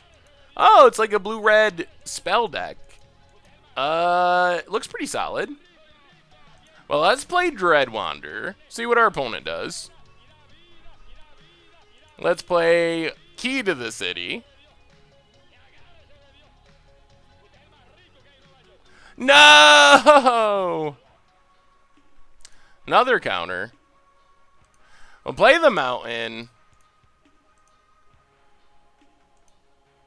And just get back our Dread Wanderer. Yeah, the blue-red spell deck looks functional. Infect Tribal. You got to make sure there's enough cards to actually make a tribal deck. There's been some really janky tribes that would be fun, but they just don't have enough tribe members. Hey, it's lands. And unlicensed disintegration. Synomus, welcome to the Fishbowl with the Jank Hug. Thank you for your subscription. Big scoops here for our new subscriber. Was considering making this for game day, having second thoughts. So I think the archetype might still be okay, but I think this build has some issues. We talked about Magma Spray, Dispossess. We need some changes, but I don't think the archetype is just 100% no good. So opponent keeps drawing. We do get to start attacking Chandra. We draw a key. We'll play the Mountain, send both at Chandra.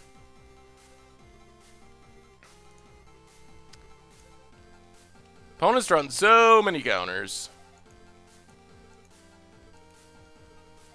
Torrential Gearhulk for Magma Spray. Oh boy. Well, let's disintegrate Torrential Gearhulk.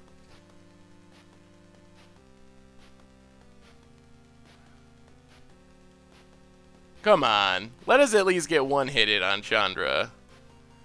Oh man. We have a hard enough time getting down to one card in hand. Getting down to 0. Even less likely. I don't think Lubin Prototype is a solution to our deck's problems. There's other things at play. Well, we hit Chandra. That's good. So our opponent going to counter Key to the City. Man, I'd love to resolve one of these. Hey, we got a key down. All right. All right. Maybe we're still in this. We draw. No. Another Torrential? Oh, another pull. Okay. Can fling it for killing walkers. Opinion on this Orzhov deck kind of taxes your opponent playing creatures. The link didn't work for me for some reason. So opponent gets to draw some cards.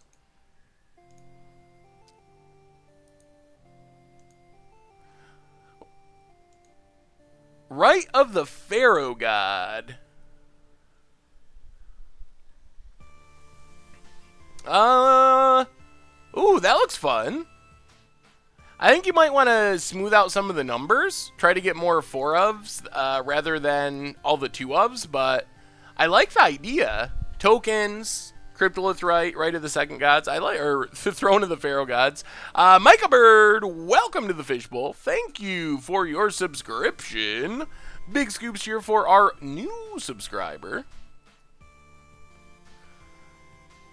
It's possible our opponent draws to death. I assume they have commit to memory to shuffle things back in. Ooh. Well, we're probably just going to fire this off right now. Oh, yeah. Oh, yeah.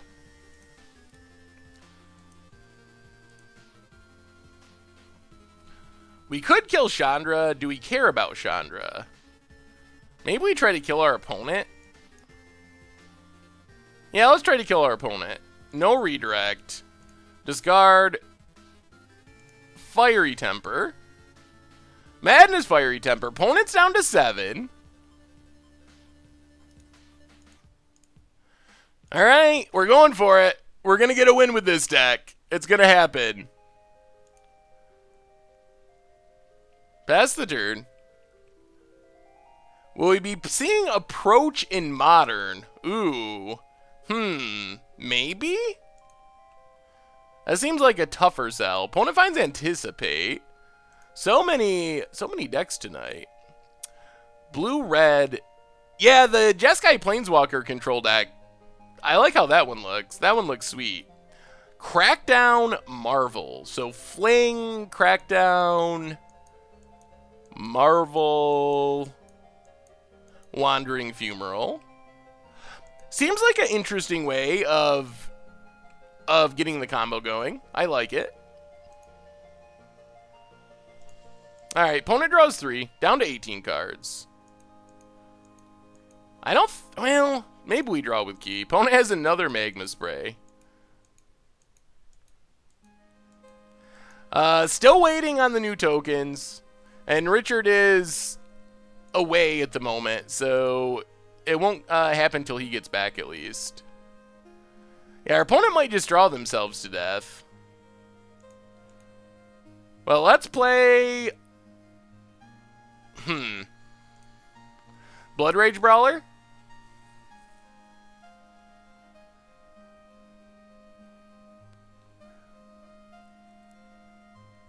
Opponent has Essence Scatter. I'll play Foreboding Ruins, pass the turn. Where's all of our creatures? What I would give for a Bonded Courier. Let's see what we draw. We might actually have to discard... yeah, we'll discard a Mountain. Actually, we'll discard Foreboding Ruins. So we don't take damage from this, hopefully.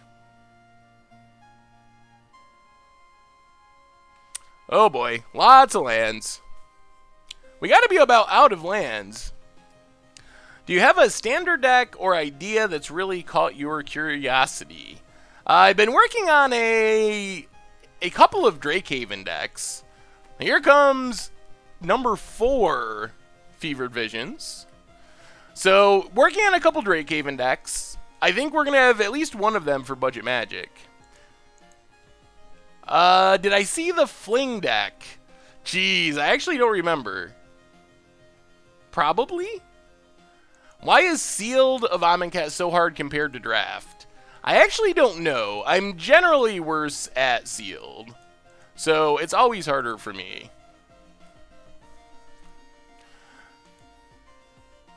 We gotta stop drawing lands. Or we're gonna lose to these Fevered Visions. And the Chandra.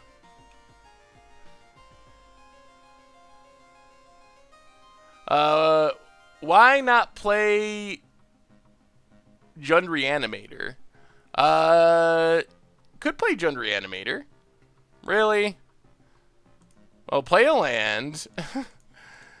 Cast Alms of the Vein. This is not going well. So many lands. Now we're just going to get Fevered Visions to death. There's commit. So our opponent does get to shuffle everything back in. We're going to take a ton of damage. Opponent's going to ultimate Chandra. Oh, this is brutal. Well, let's discard a land. Should we get a vote to see if we draft next stream? Probably just end up drafting sometime when I feel like it. Hey, it's a creature!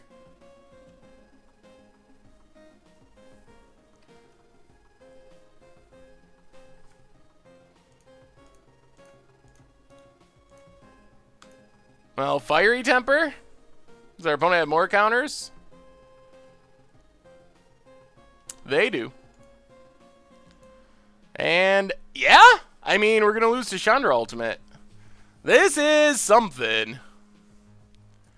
We'd be better off streaming 56 land Lost in the Woods. This deck has been brutally bad. Opponent hits us down to 9, plays a land.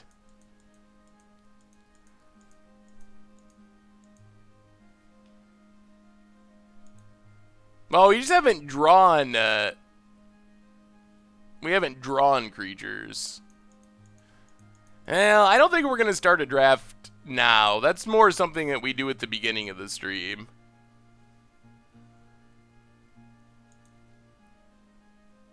Is the music quiet to prevent VODs from getting muted? No, it's not that. The music that we have on the stream is safe from that.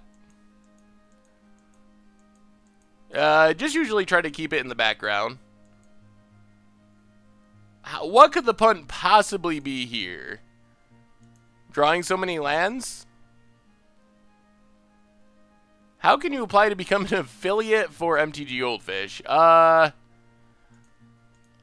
You'd probably have to ask Richard that. Well, play Hazoret. I'm sure this gets countered. There's our first Hazoret with, what, 23 cards left? The act of playing this deck could be considered a punt.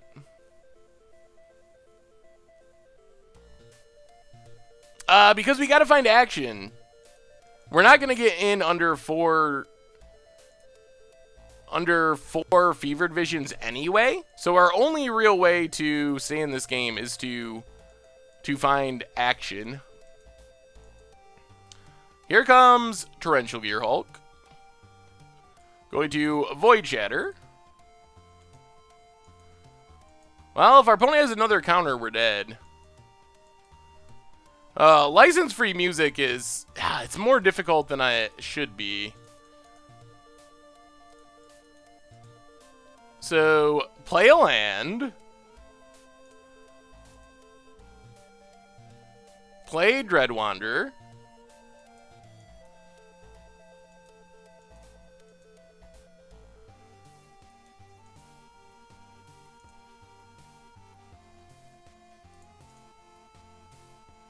Discard Alms of the Vein, Madness Alms of the Vein.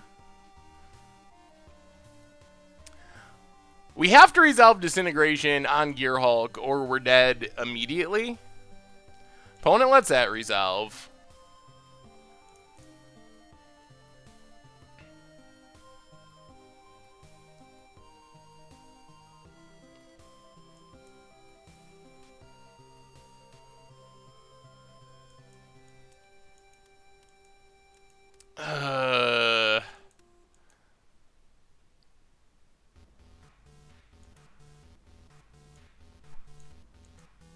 Yeah, this deck has not been close to good. Well, does it resolve or do you got a counter?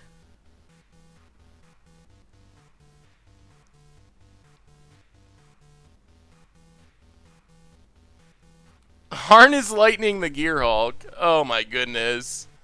Oh, they don't have enough energy. They got 2 Harness Lightnings.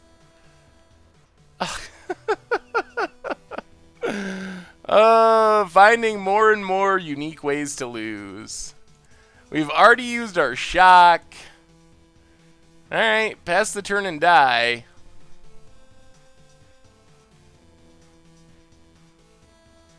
Is it possible you could record your voice audio and then just layer that onto the Twitch video since they mute it if you have licensed music? Yes, but it doesn't fix the video on demand on Twitch.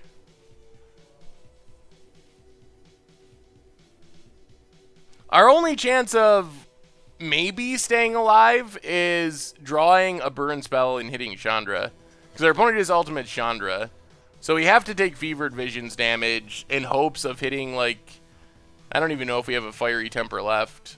We have one Fiery Temper left. So if we can draw a Fiery Temper off Fevered Visions and hit Chandra, then we don't just die as soon as our opponent untaps.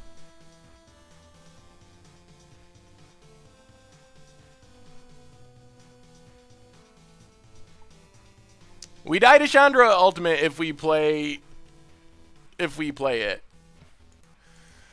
I mean, we're dead to Chandra Ultimate if we play Scrap Heap.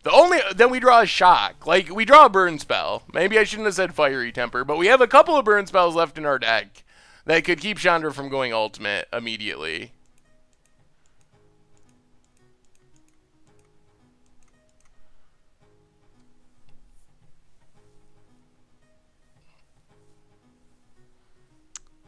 Yep, and we didn't find one.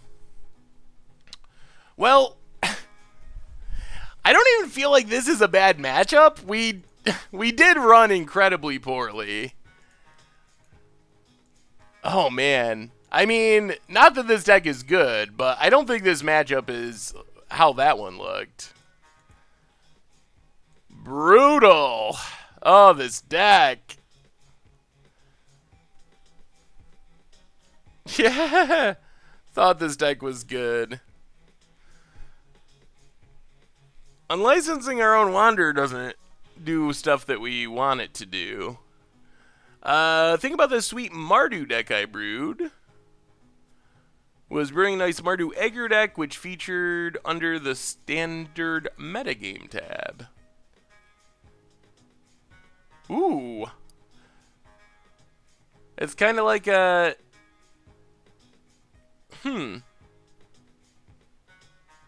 like a non-vehicle Mardu deck. Looks interesting. I like always watching Glorybound Initiate. That's a good combo.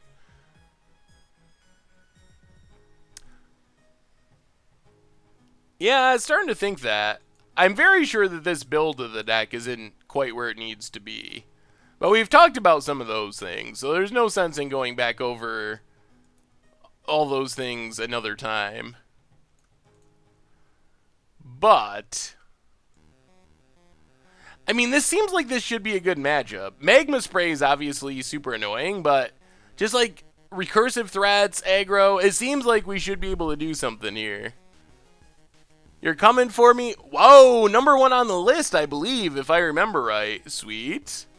Orzhov Tax's deck forces your opponent's creatures to leave and re-enter.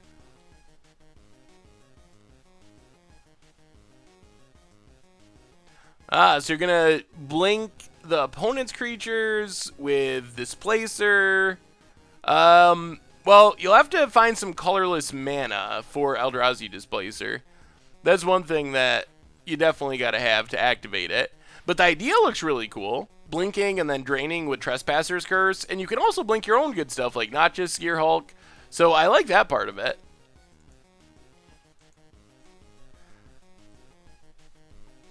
I mean, I swear to God, deck. I swear to God.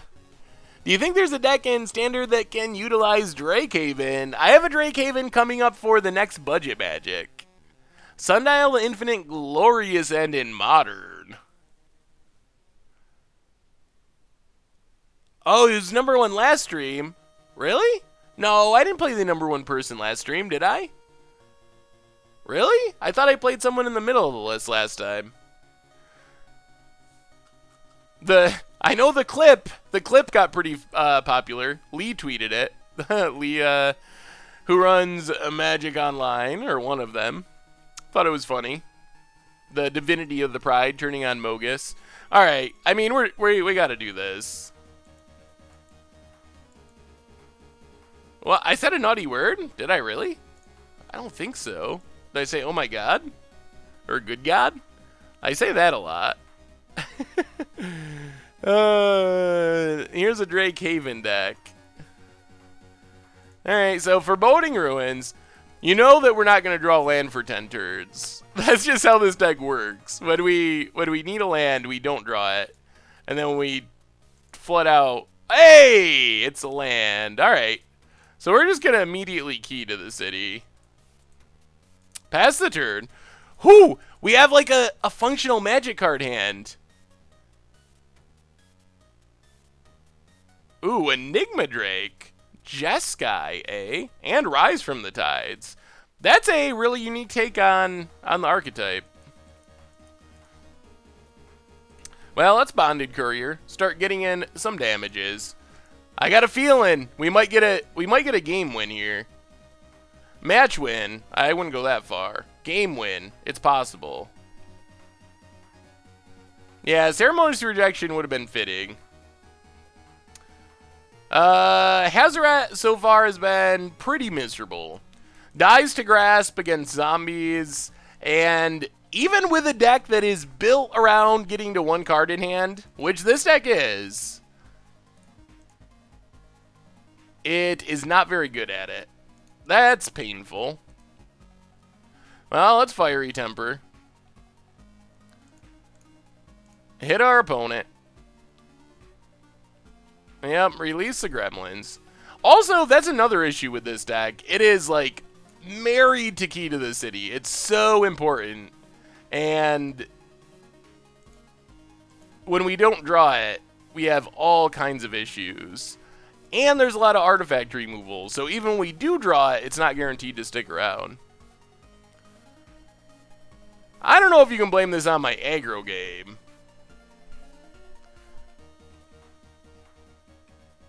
Yes, against the odds, makes sense. Saw your video, love the deck, kind of want to switch Doom to Center with Metallic Mimic. I've noticed a lot of people playing Metallic Mimic lately in Zombies. Is it better? I'm not really sure. Maybe? Alright, let's... Man, getting down Hazoret would be sweet. They should have a hard time dealing with that, but we don't have the option. Let's kill this Whirler Virtuoso.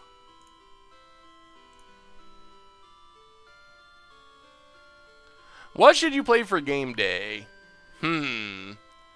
I don't know.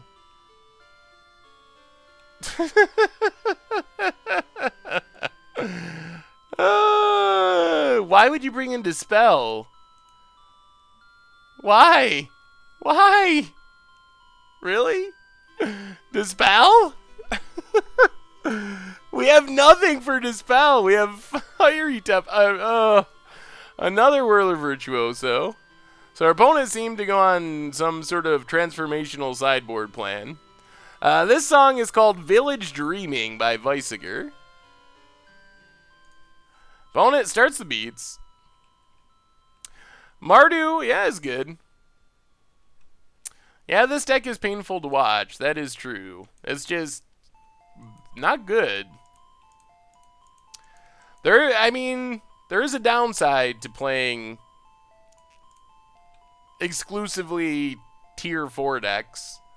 And that's that. A lot of times there's a reason a deck is not heavily played. Sometimes you strike gold and find really sweet stuff. Other times there's a reason it hasn't caught on more. Instead of Doom to Center, what about the zombie that makes each player discard a card? I think Doom to Center is way better than that. I don't actually think you want to... There's not a lot of value to making yourself discard a card. I guess I could see situations where you discard a Dreadwander, but you kind of want to play that on turn 1. So I think that Doom to Center is actually pretty good. Super Friends Trespasser's Curse deck. Ooh. Maybe. The problem with Trespasser's Curse is it's more of a sideboard card because it's just Oh, we're going to get to resolve a Hazoret? Well, that's something. That counts as a thing we can do. The problem with Trespasser's Curse is it's just high variance. If you're playing a super creature-heavy matchup,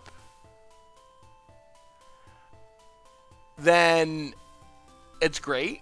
But then there's matchups where it's just pretty much a dead card.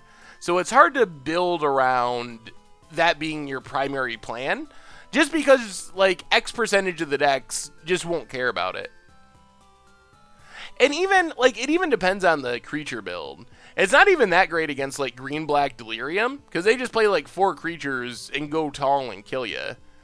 So you need to be playing decks, like, it'd be great right now against Whirler Virtuoso. Like, it's great there, super good against zombies because of all the recursiveness.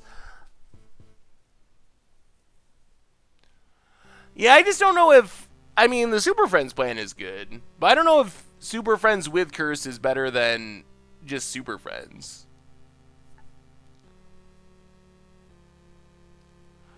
Trespasser's Curse in Orzhov Pillow Fort is a win con. Yeah, I mean, it's the same thing. If you run into a Torrential Gearhulk deck where they're only playing 4 creatures, then it's not really going to be a win con, but it would be really sweet in a lot of matchups. This is a league. Yep. Thankfully, the league has almost reached its conclusion. It's a brutal, brutal conclusion. Well, I'm going to add this deck to the never play again list.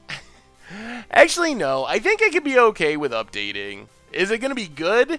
I mean, if you want to go Dreadwander, Scrap Heap Scrounger in that plan, I just don't know how this is better than Zombies if you're playing that same kind of style.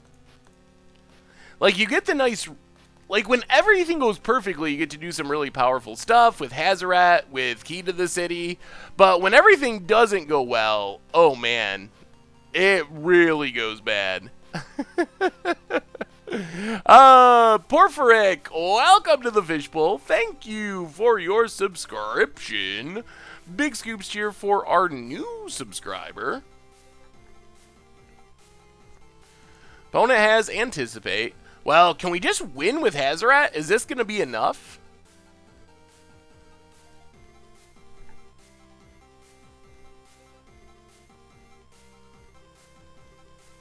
Opponent passes. See what we draw. It's a Scrap Heap.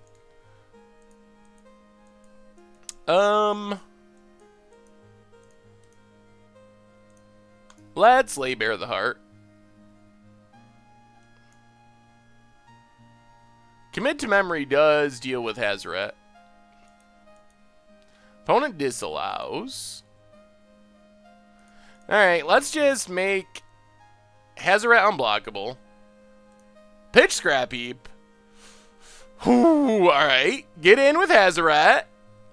I feel a game win coming on, boys and girls. This actually feels like it could be a good matchup. And we could get the opponent timing out win if we go to game 3. Jay Zoller should be able to add you to the Mommere list. What's up, Quinn?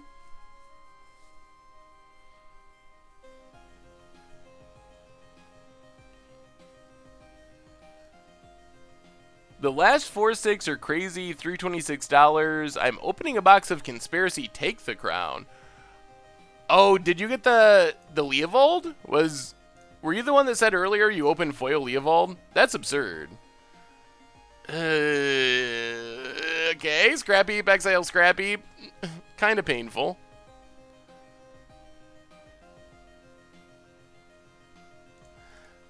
Let's just, how do we just win here? Well,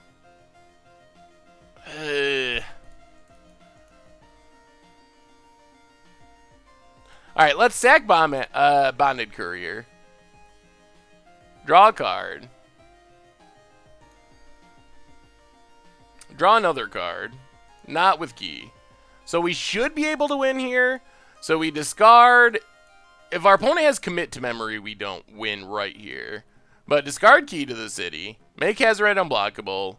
Have an extra card to discard.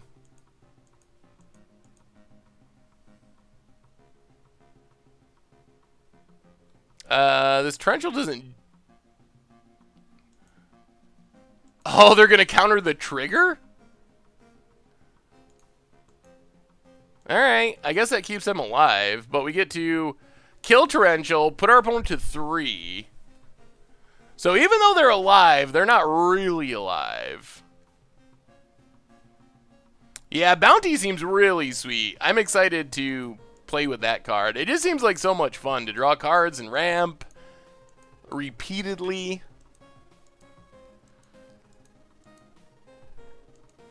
Yep, disallows the trigger. Well, our opponent technically lives one more turn. But they're still going to have to draw pretty well to not die. Chump chump. Down at 3. Oh, boy. It looks like Standard is slowed down enough with a ramp deck to be cool. So don't miss Mucha Brew this weekend. I know this deck has been brutal, but holy, the Mucha Brew deck is so sweet. We're playing blue-green ramp, and that deck is absurd. I actually wanted to play it tonight. We might play it next week, because I really have been having a blast with that deck. It is so fun. So fun, so powerful. The reason I couldn't play it tonight is because it is going to be the videos for Sunday. Oh, it's scratched at the top of the list now. All right. So yeah, make sure to check that out. It's a really, really unique, really fun, and almost budget deck. I think it was like $130 or something. So not far outside of the budget price range. So all around, it's super sweet. And I don't know. I think I would. People were asking what you should play for game day. I would put this deck on your short list. I know it's like slightly outside of the budget range, but not by much, and it's super fun. My favorite color combo, blue with blue. Actually, I like pretty much blue with any color, or even combination of colors. Probably blue-white and blue-black I play most, but blue-green is really fun. Like the ramp deck we're going to be looking at. So any blue plus anything is super fun. Talking about blue-green ramp the Squid Labs.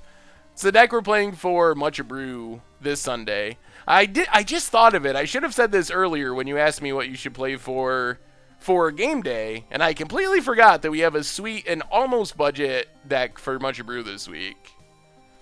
So if you like big mana, like drawing tons of cards and ramping, and commit to memory to refill your hand and pull from tomorrow's to draw. I think my record is I pulled from tomorrow's X21. So yeah, if that sounds like something that you're interested in. To be honest, this stream has really put me off Magic. I've been working on a list for like a month, and seeing it get thrashed is dream crushing. I spent so many resources on red-based aggro. I will look at blue-green though. Well, the Squid Labs, don't let this get you down. I think some small improvements could improve the deck. I know we haven't had a ton of success with it, but there's small improvements that could make the deck much better. And someone 5-0'd a league with it. I know we're not 5-0'ing a league. We're kind of getting stomped. But I think you don't give up based on this. It's a super small sample size. It's me playing an aggro deck. Who knows how many punts I've made. I can't think of any glaring punts, but I'm sure if you were a good aggro player, you probably could play the list better than I can. Especially just picking it up basically in the dark with one test match. So don't let it get you down on Magic. Don't even let it get you down on the archetype. Red aggro can still be a thing. Ugh, we got censored. Opinion on mono green Cryptolith Bestiary. Whew. Man, I really like Bestiary. Bestiary is super powerful. That's a card that when your opponent plays it, it feels like you're just losing. Well, let's lay bare. Now we're having the not draw lands problem. Anticipate and Illumination. We'll take Illumination. Pass the turn.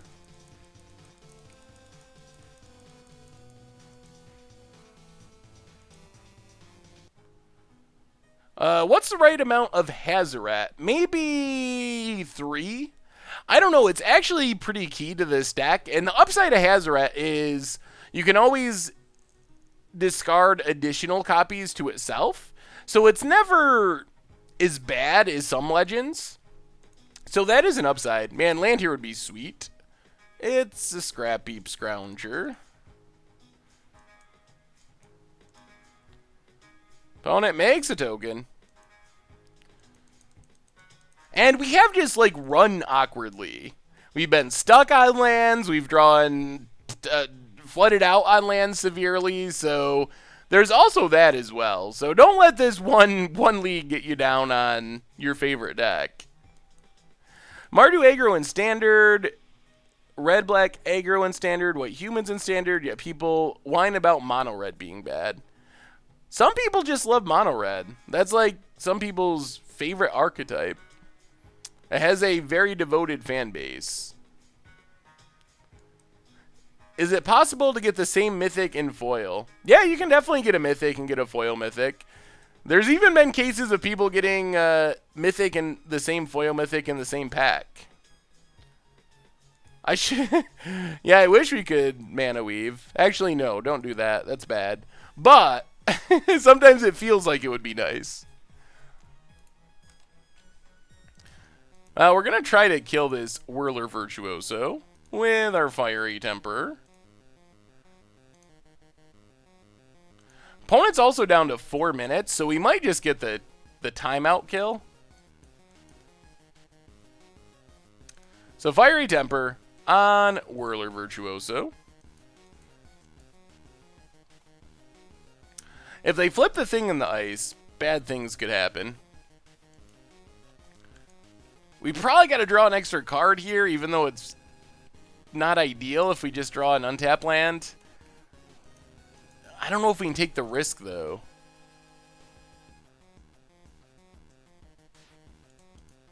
Yeah, we're going to draw. If there's a land on top of our deck, we could have played Chandra. There is. Okay. Well, play a Swamp. Play a Brawler? Actually, no. Well, yeah, I guess Brawler's fine. Scrap Heap isn't going to be attacking through Thing in the Ice anyway, so we'll just discard Scrap Heap. How do you think Temur Tower is positioned right now? You got some good things as far as Pull from Tomorrow's especially, so there's some improvements. I'm the one that emailed about Spring to Mind Natural Connection and excited to try it out to see if it's got game. Just need to get Amonkhet cards. Also going to try out some Pull from Tomorrow's. Yeah, I was working on, I mentioned this earlier, the budget updates, and that's one of the decks I worked on today, and I also came to the Pull from Tomorrow's being a super good inclusion. Alright, opponent kills our key. Well, good news is we get to kill this thing in the ice before bad things happen.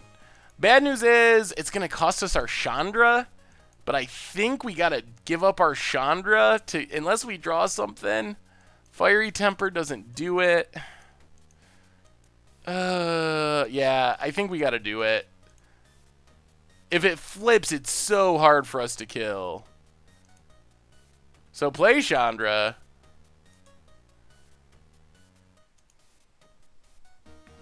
Kill the thing in the ice. Play a mountain. Get in with our Brawler. Pass the turn.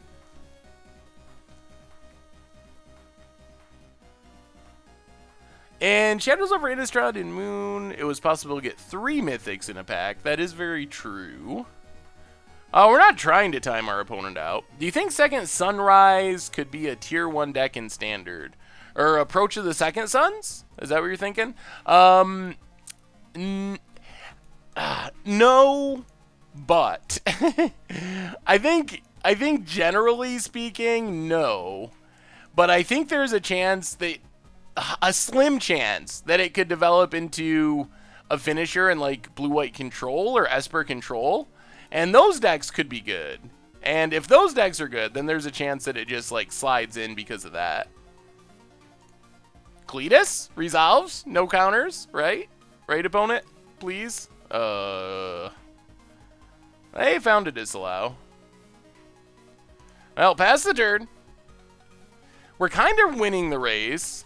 Do you think Ethertide Whale Marvel combo will be a thing in Standard?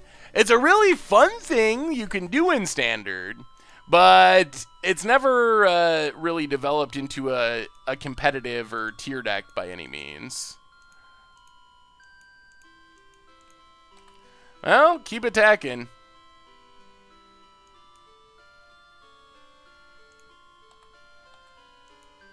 If our opponent double blocks, that's fine. Because then we just get back Scrap Heap, and it's only one less power.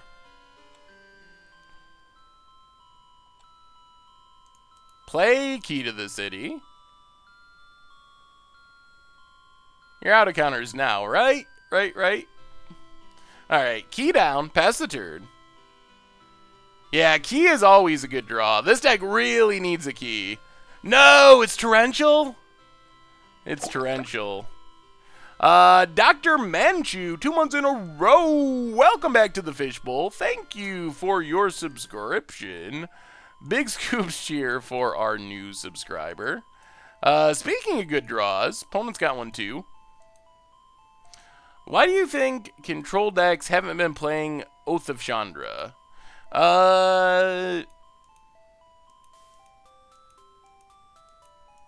I mean, it's sorcery speed. It's not that good. It's okay if you're playing like Super Friends, but it's not just like a super push card or anything. You need to have a lot of Planeswalkers to really make it work. So let's get back Scrap Heap.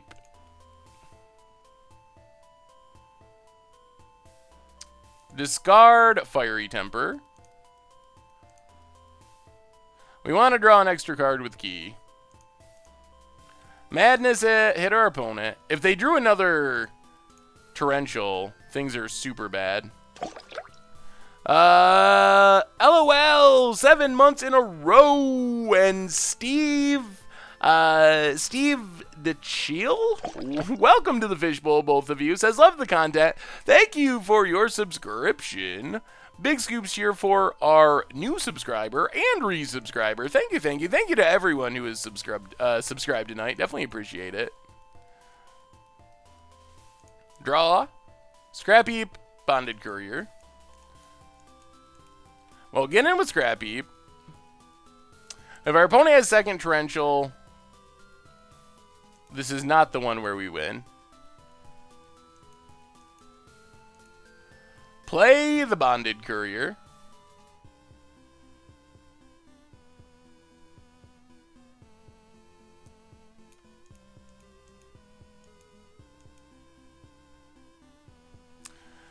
And that's the game.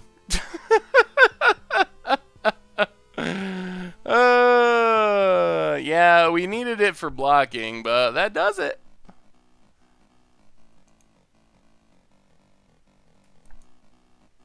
The Bombette Courier was there for blocking. That's not a punt.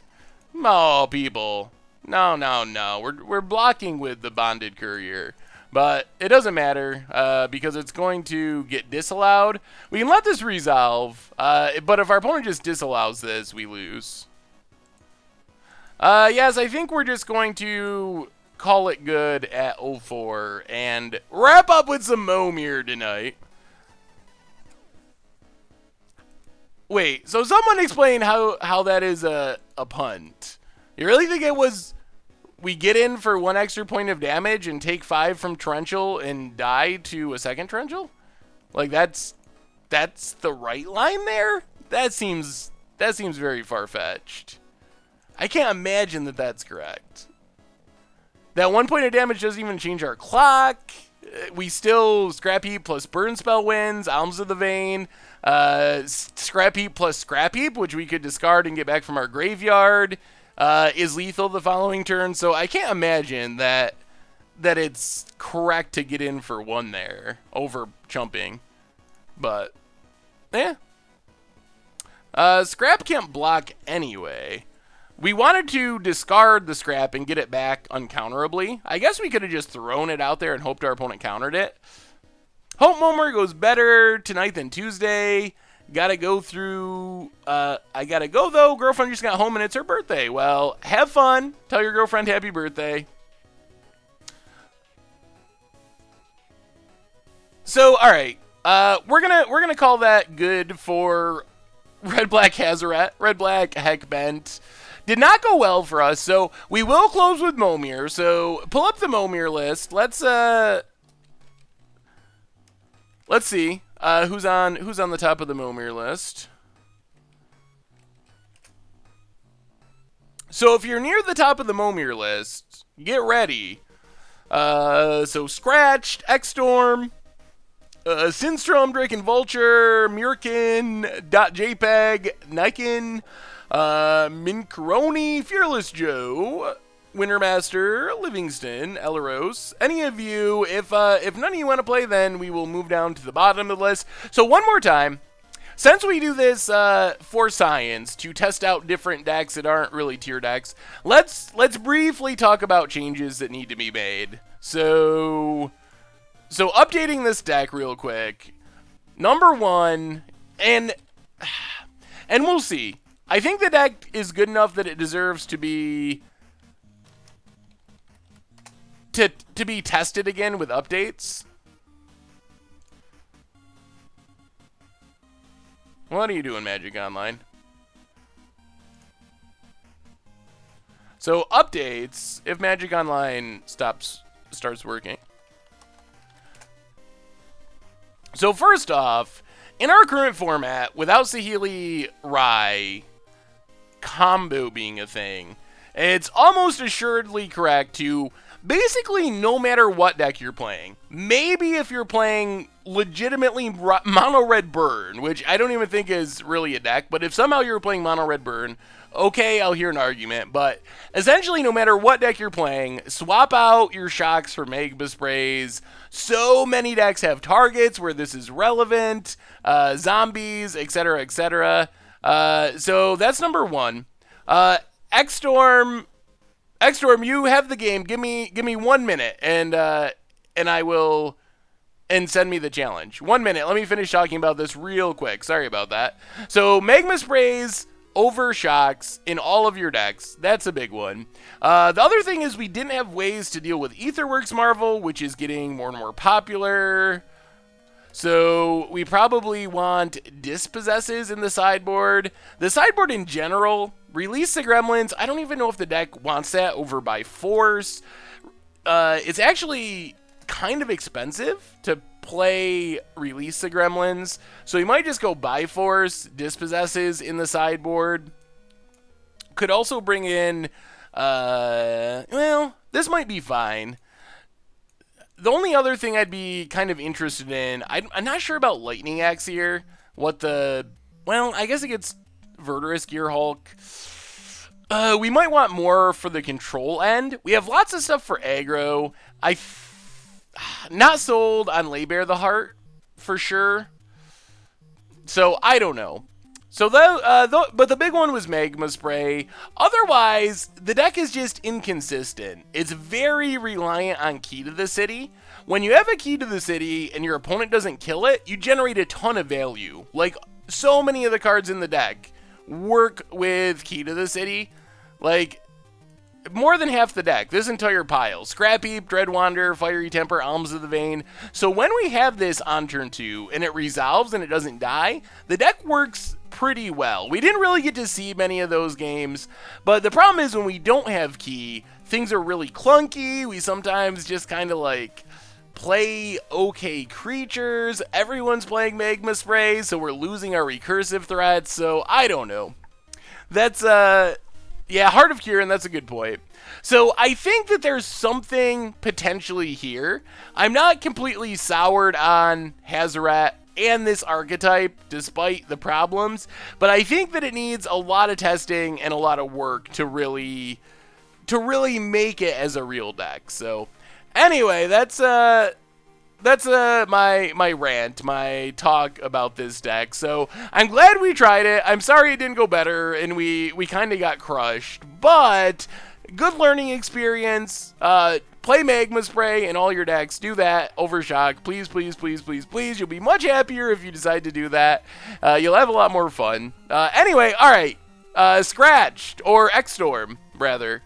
Send me the challenge. I will accept. Let me pull up the Mommere lay so you can see what's going on. And more importantly, we might have lost the league, but the most important thing from tonight is I got to break my Mommere losing streak. I haven't won a Mommere game in I don't even know how many streams. I just can't win. So all right, it's Mommere time. Let me change this around.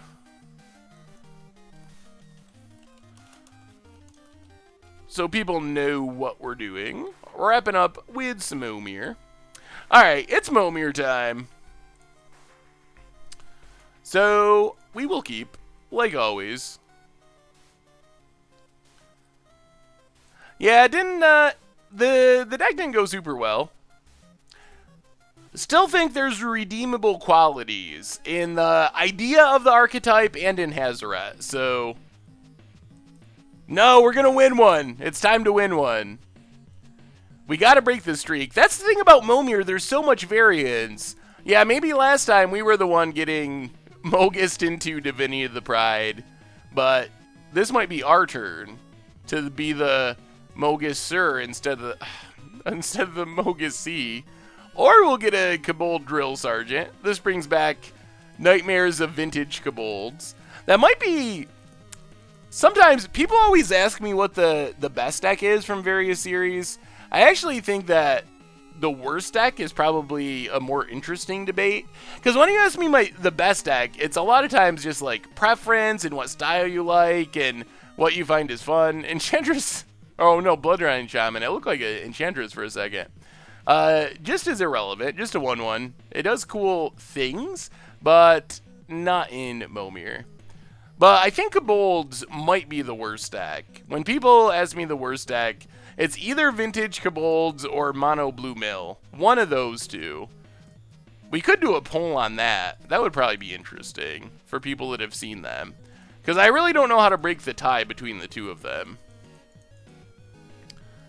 It's definitely one of those two, I think. I don't think anything else has come close.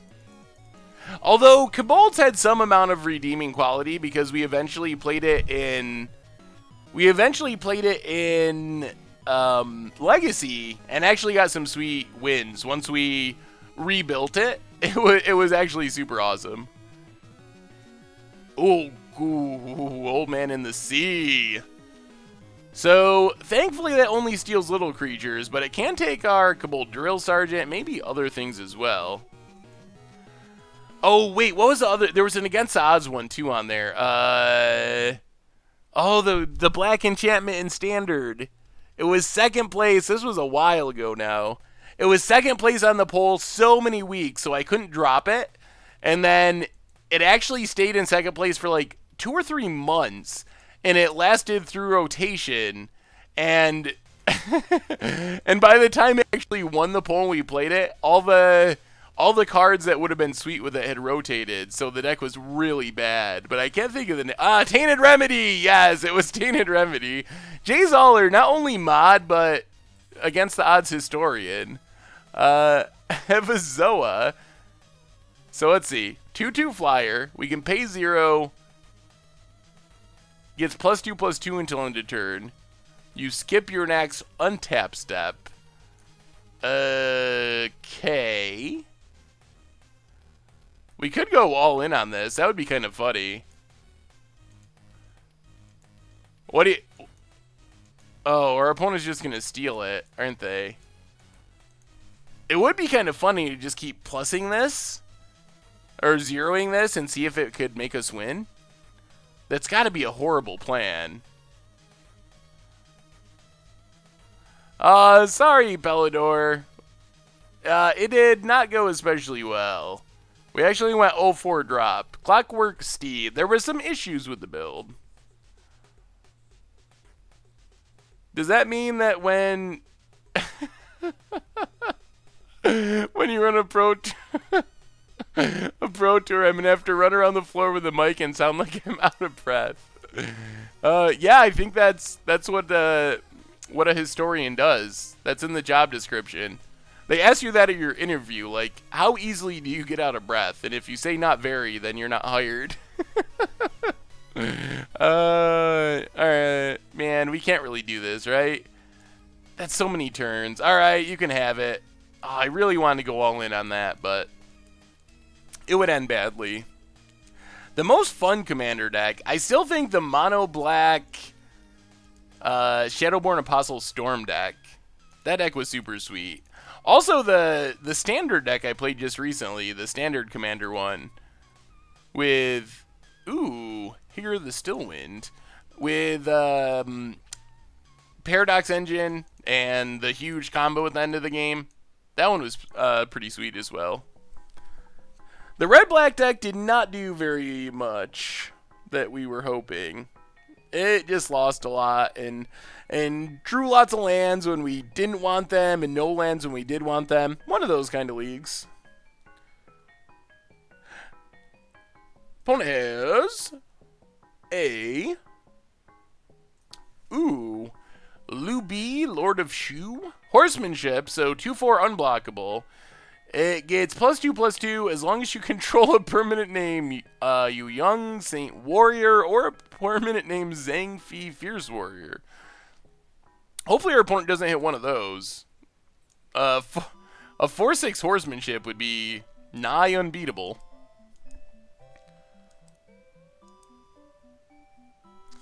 Opponent gets in for 2, does not skip their untap step. Well, we get a 6-drop. Come on, something good. We gotta end the Mommere streak. Ooh, Conquering Massacre. When it enters a battlefield, gain control of target creature an opponent controls until end of turn and tap it against haste. Huh. And it's a 5/5 flyer.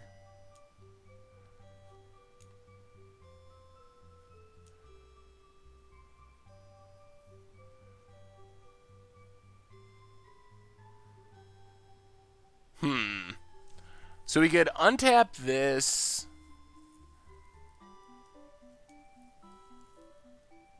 That doesn't really do anything. I guess we just hit our opponent for 2.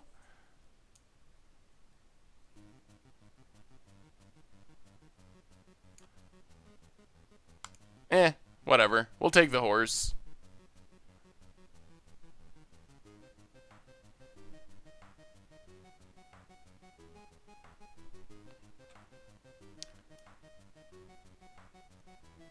You gotta target a creature your opponent controls.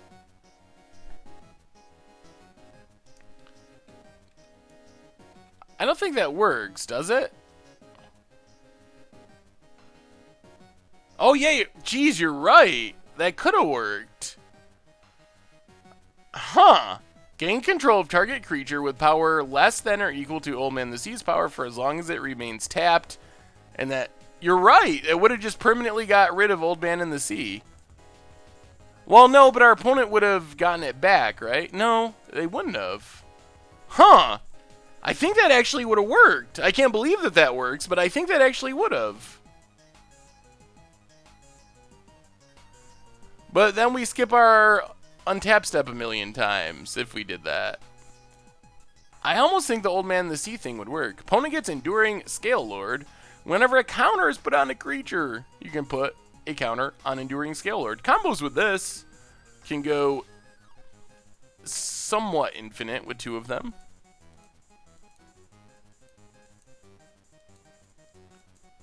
Oh yeah, you're right. Can only be pumped once per turn. And it just makes us skip our untap step. Who's dead? I'm not... How am I dead?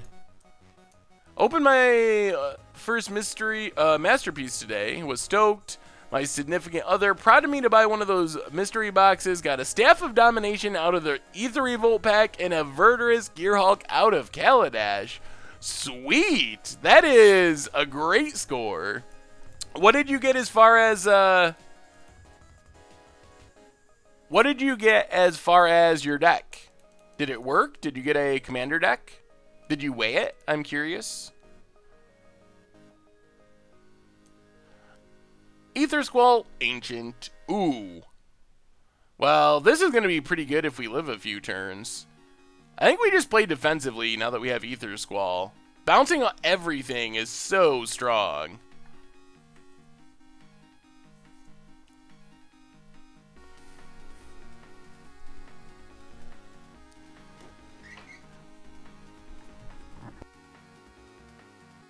Yeah, definitely looking forward to people getting worshipped and stuff at the Pro Tour. That'll be pretty sweet. Opponent. Oh, one of the worst and most hilarious. It's the original Siege Rhino. It's a 4/5. It's got trample. I wonder if Wizards was thinking about this card when they made Siege Rhino, modeling it after the Ebony Rhino. Makes sense. Got Worship in my pre-release. Sweet. I actually went to Walmart's. Apparently you can just shake the pack and the side packs falls out and you can see what deck is in there. Oh. I didn't try that. I guess that makes it easier. I think I would actually feel weirder if you had to like shake them a lot than just weighing them. Shaking them would probably generate a lot more attention from people. Like, hey, what's that person doing? Let's discard our forest, make an 8-drop.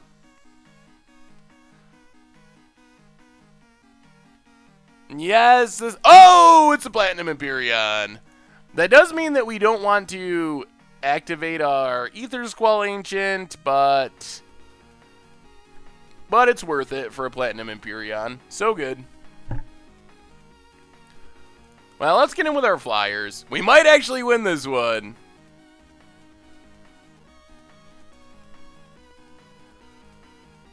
Ebony Rhino is like Siege Rhino with the weird lower wind mana.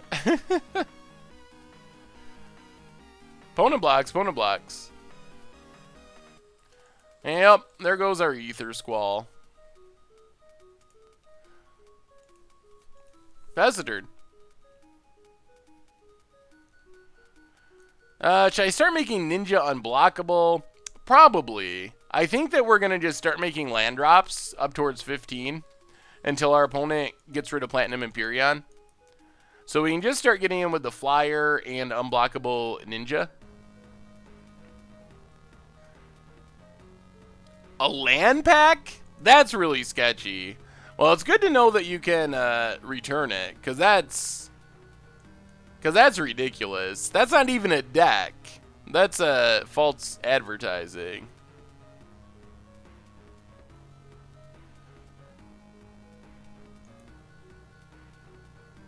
Opponent gets in with the horse. Yep. We'll take it. Sure. Since our life total can't change. Did not untap the old man.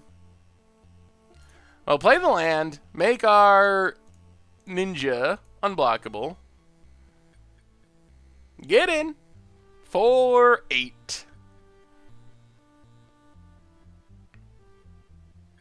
We played red-black Hazoret, Heckbent, and whoo, what the heck.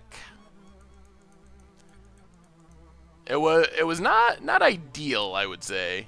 Nope, no ninjas to find. Well, opponent's dead on board next turn unless they get a flyer.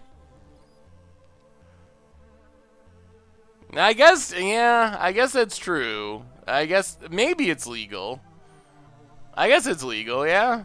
Yeah, hopefully Walmart does not use that argument, because that's pretty disappointing. I think when you say deck, ooh, opponent gets 3 lands. But they're dead. Oh, we came so close to milling someone out. We went on the mill kill plan for a long time, and it went hilariously wrong right at the end. Opponent got Junk Troller? Trawler? Junk something, I think. That lets you put cards on the bottom of your library. What, like 1 turn before we were going to get the mill kill.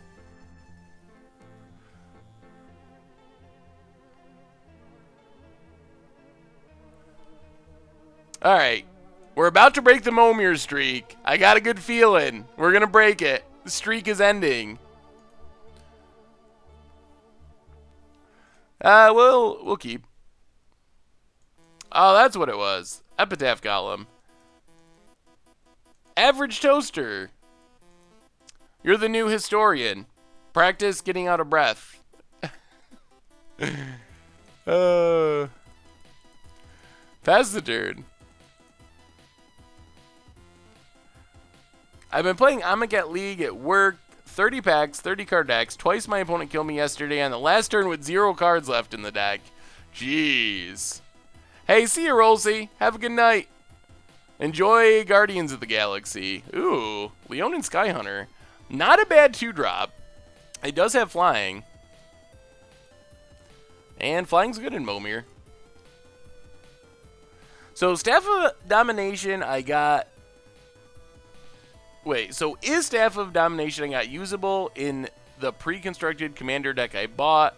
I still don't know what's legal in Commander. I think it's legal, right?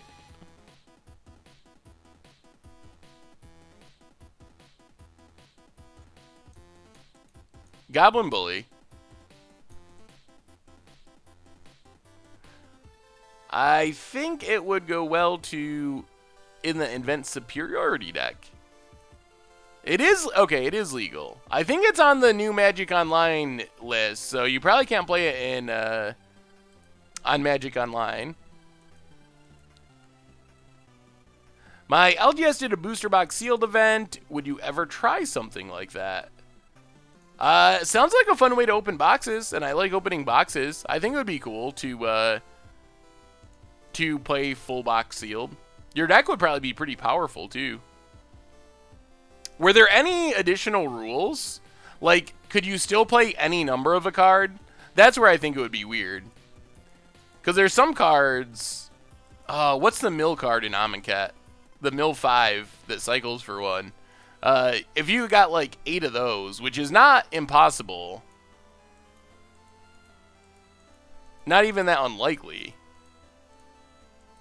Actually lost a game of Mommere to the Phyrexian Rager. Yeah, apparently it can name the avatar. I've never actually seen it happen, but I've heard rumors of such a thing. We have not figured out exactly how to handle Commander Clash yet.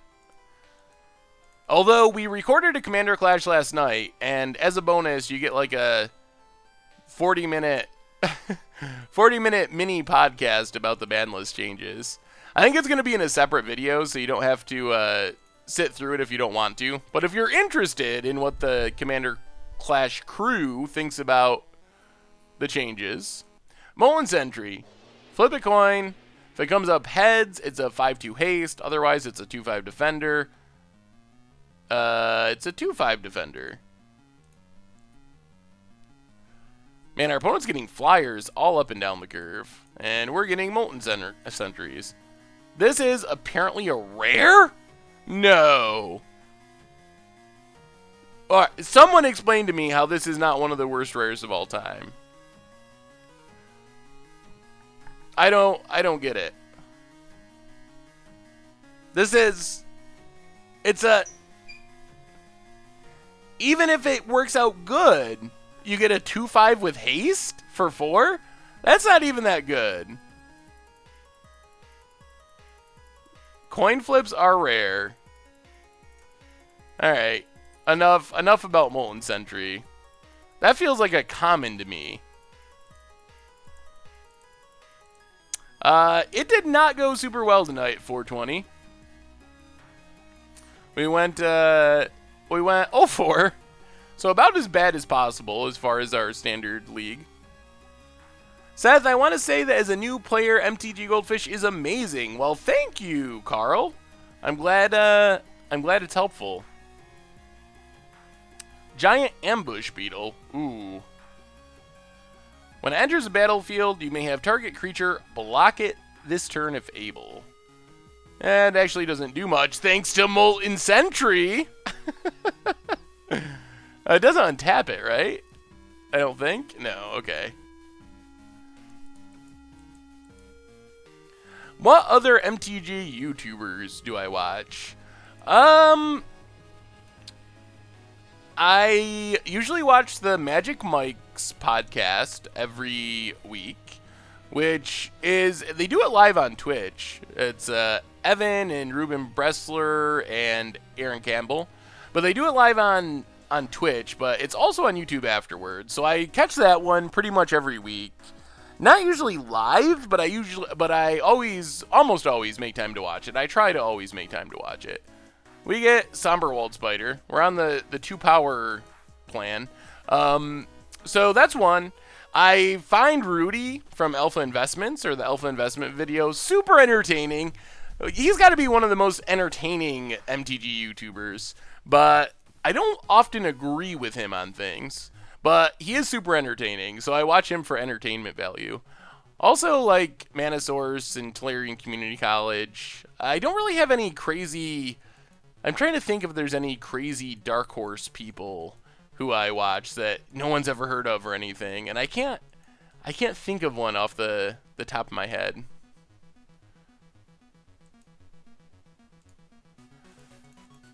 Alright, let's make a 7.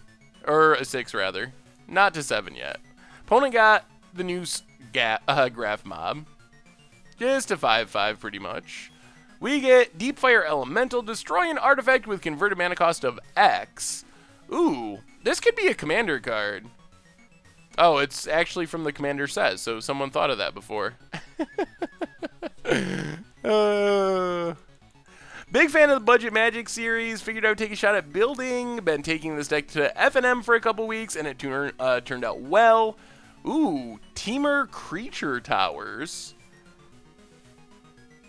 Huh? Why are we attacking? Did I actually...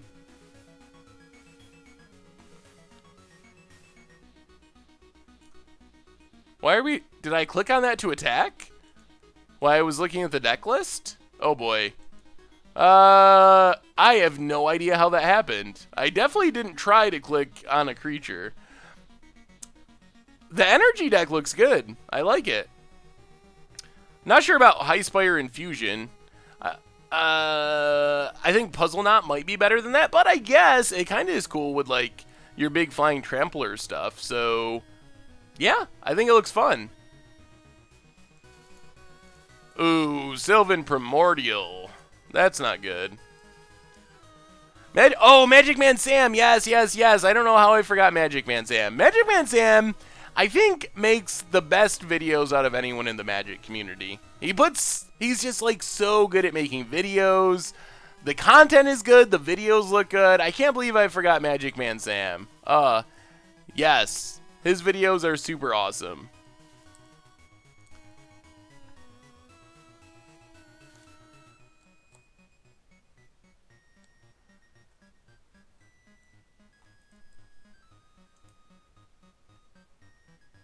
Opponent.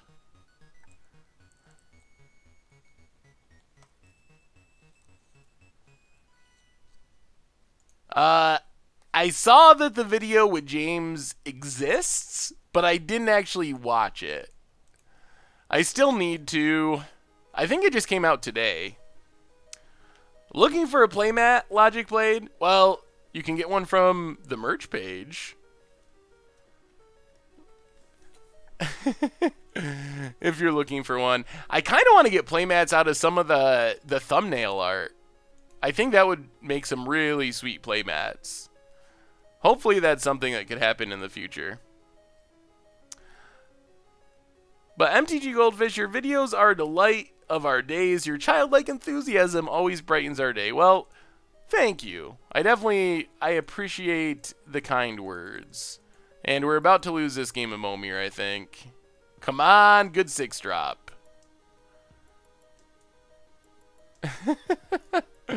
Oh, giant spiders all up and down this curve.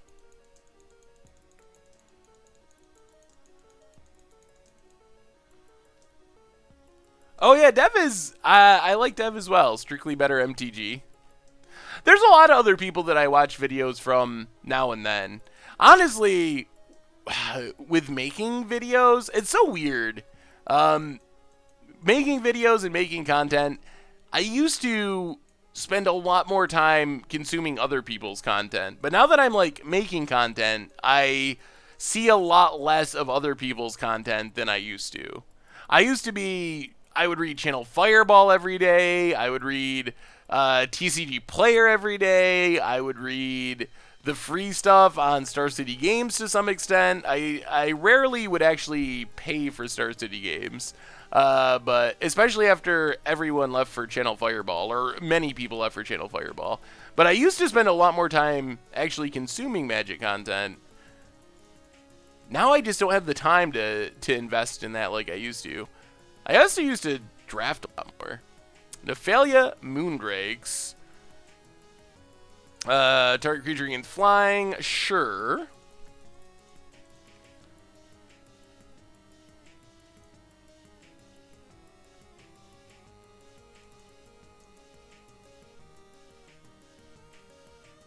Oh, I know Corbin. I've known Corbin since way back. Corbin is one of the first people that I really knew from the Magic community, actually.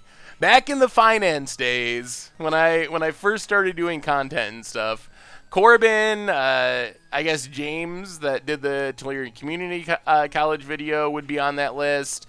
All the finance people. If you're in any way related to Magic finance, then I know you and you know me.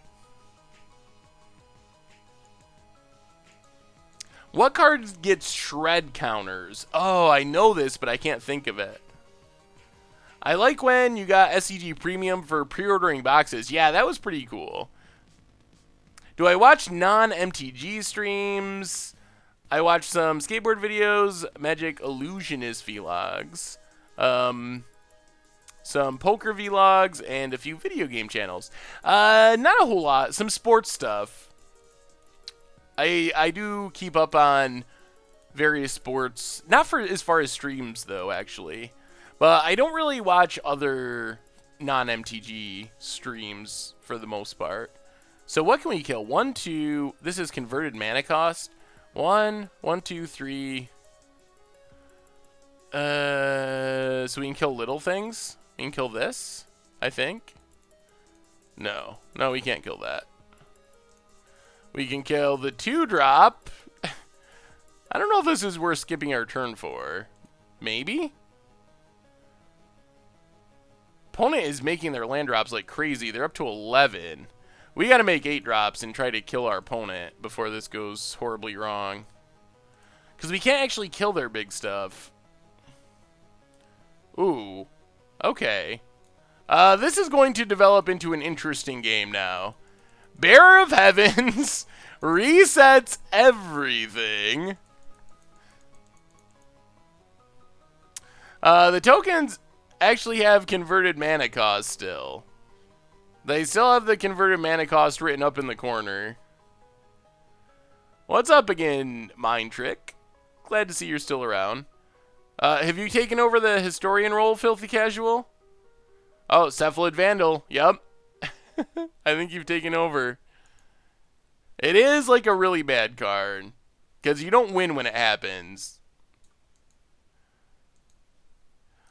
I think that's how we got on the mill plan, actually. Was getting a crab as a 1-drop after we Bear of Heavens.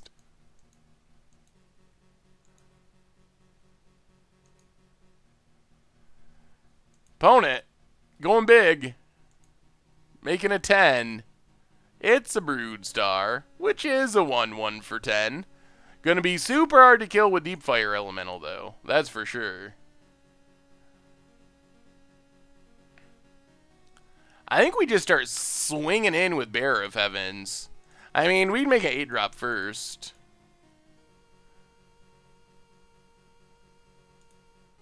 Make an 8-drop. Ooh, Borborygmos.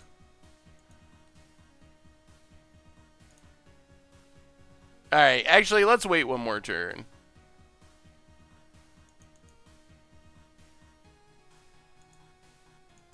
Our opponent might actually want to kill it now. That might be good for them. Yeah, Broodstar is pretty much a troll card. Pretty sure. I mean, tokens that are copies of creatures, yeah.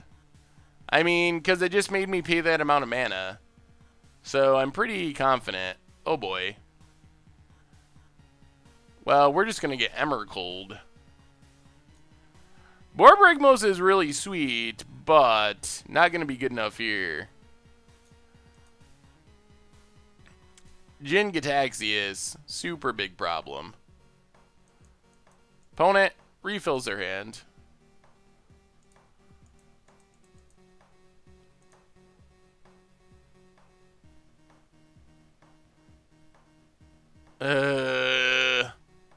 Yeah, this isn't working. It's probably good for our opponent to blow up the board now. Yeah, if it's a magic-related link, then you can.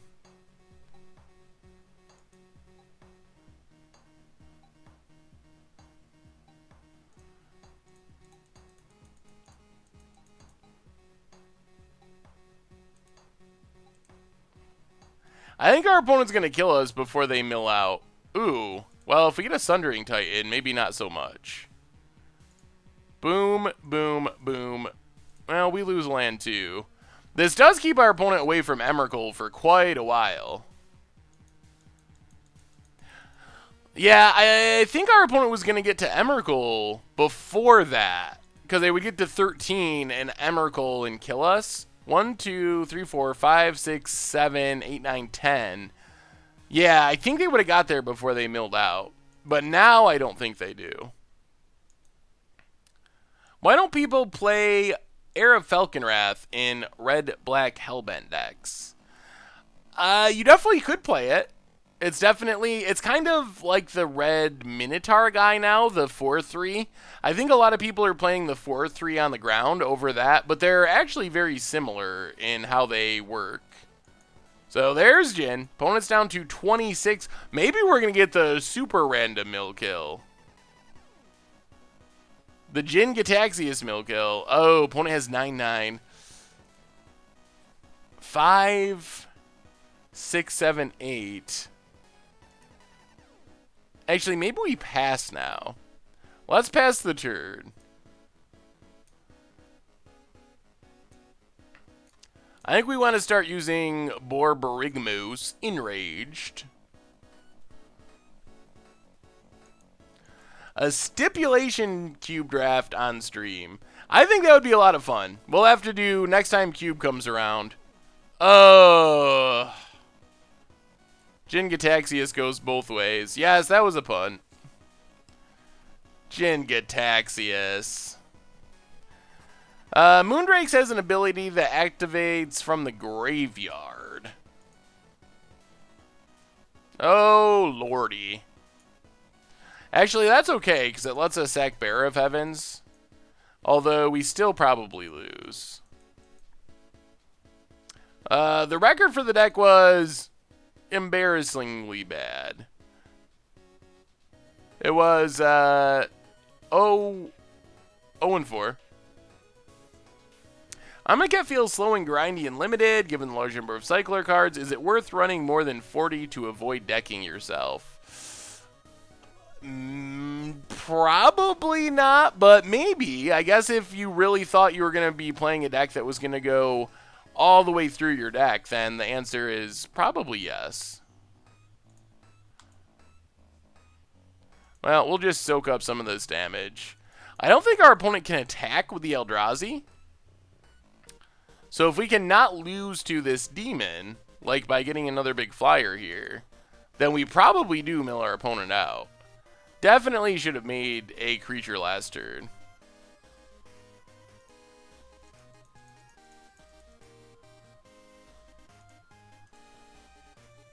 Big flyer.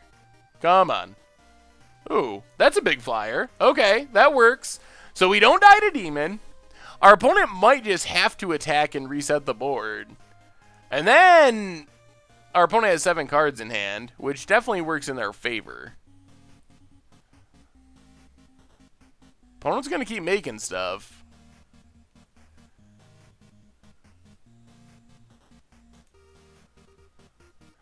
Greater Gargadon. What a weird Mommere game.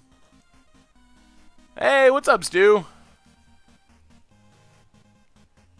Opponent gets in. Alright, well, we will block and block. Get rid of the demon. We are staying alive-ish.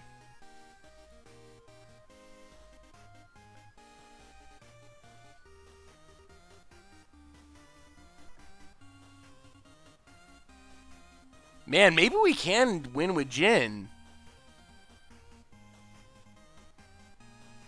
If we reset the board, though, it all goes away. Opponent draws 7. This Mommere game. Doesn't want to destroy our Bearer of Heavens and have everything get blown up. But they probably have to shortly here because they're going to draw themselves out. Ooh! Ah! Ha ha ha ha! We'll take that, Eldrazi. The upside of being stuck with 7 drops. Oh, so good. No, it lets our opponent sack Jin. Now we got to think about this.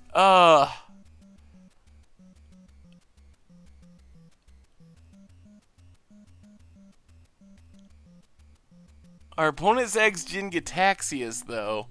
Do we win if we just keep passing? Yes, I think. I don't want to think through all the math.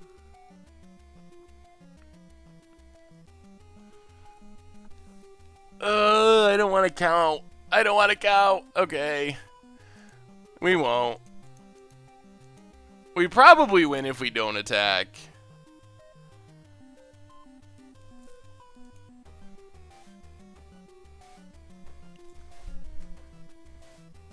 What do you think of this deck? Says, is it Rose? Teamer free spells. Ooh, as foretold. The thing with as foretold, I like Rashmi. It actually looks really sweet. I don't know how good it is. It's hard to find really broken things to do with as foretold in Standard. I mean, as if just casting stuff for free wasn't broken enough, but...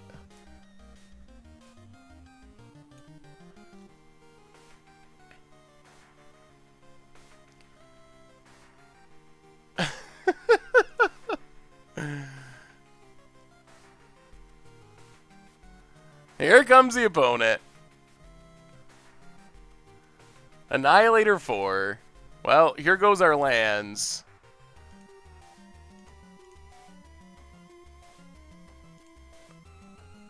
We can't blow up the board.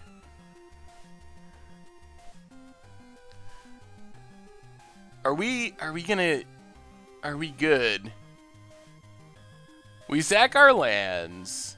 7. So that blocks there. We don't want Bearer of Heavens to go. So let's block there. Destroy our opponent's lands. Block here. And here.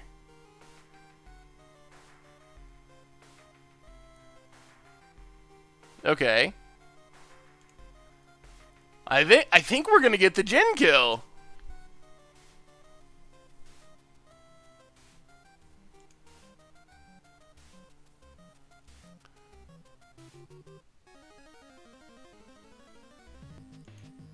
Oh,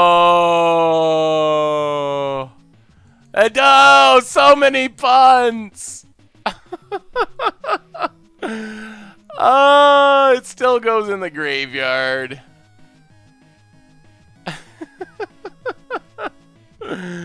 All right, all right.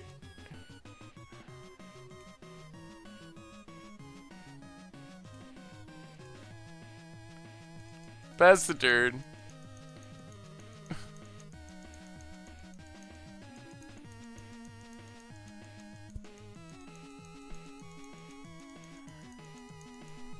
I read the chat, but there's a pretty long delay in the chat. Well, maybe the Mommere streak isn't gonna end tonight.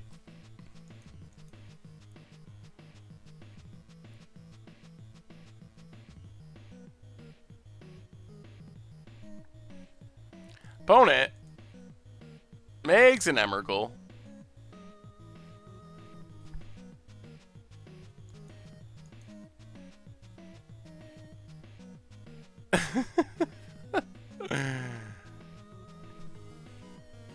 I think the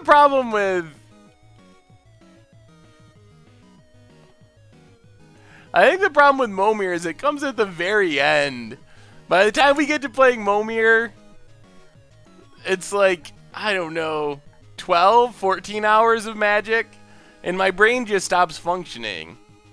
Like, so I think that's the biggest problem is the timing of the Mommere games.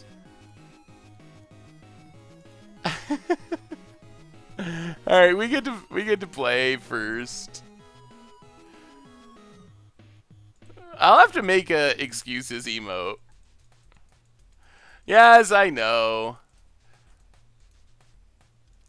You can get Phage and other cards that make you randomly lose in Mommere. That is a thing that can happen. Let's make a 2-drop. Leveler's another one. Ooh, Gustwalker. We're probably going to win by our opponent timing out, actually, which is probably the most disappointing way to win a game of Mommere. Yeah, winning because of time isn't ideal. Opponent gets a 1/1 unblockable. Play a mountain. Get in for 2.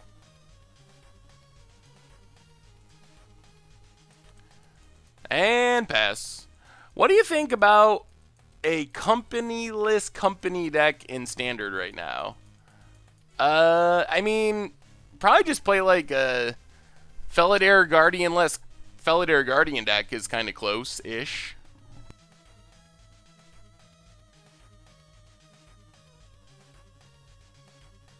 I would say. Is it really a win to time in Mommere? I mean, it still counts as a win, I think, but what can you do about it? Time happens sometimes on Modu. I would rather just win. We still might finish the game.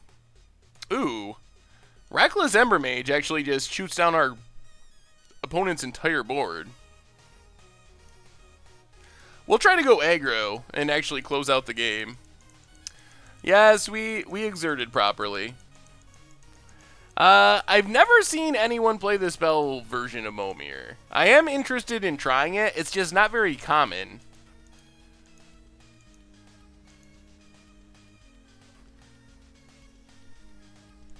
Opponent timed out yesterday was the difference between 5-4 and 6-3 in a league. Ooh, that's sweet. Opponent's on the mill kill plan of themselves. And passes. Well, let's make a 5. See what we hit. Flyer? Flyer would be nice here. Ooh, Treva's Attendant's not bad. Lets us jump up to an 8-drop quickly. Pass the turn. Thoughts on Renewed Faith for an Esper approach deck as a sort of fake Azorius Charm in current Standard?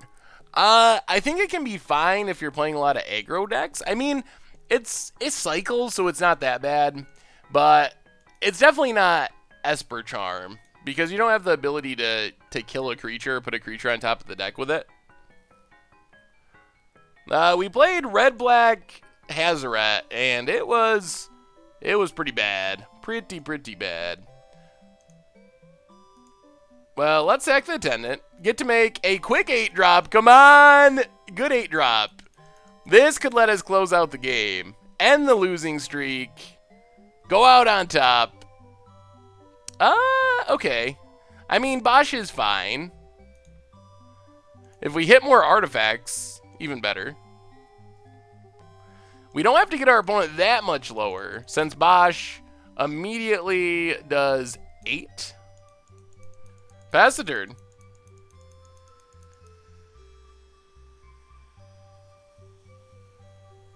I'd like to see someone lose to Mommere to Countryside Crusher on turn 3. I don't think I've ever had that happen to me, but I'm sure it's happened to people. Ooh, Honored Hydra.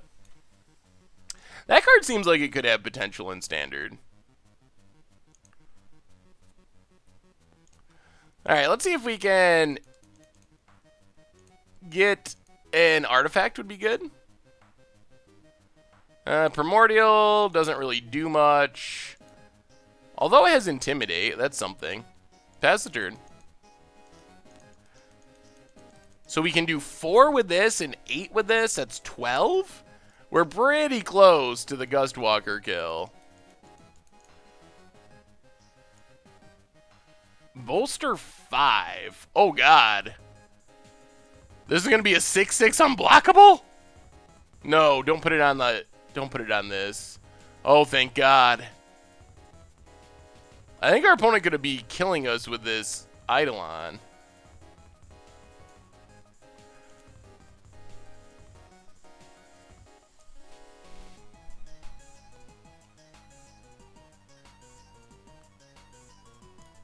Opponent passes. So let's Gustwalker with Exert. And I guess we Primordial as well. I think we have the win next turn. Almost through anything? Like, unless our opponent gets removal? Pass the turn.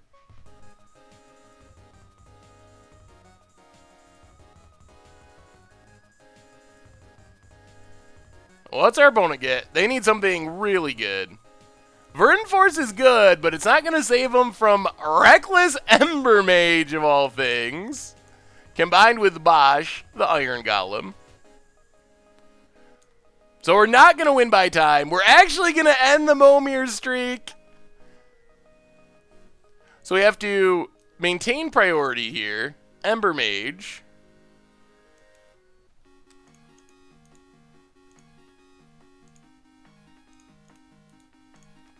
Ember Mage X4.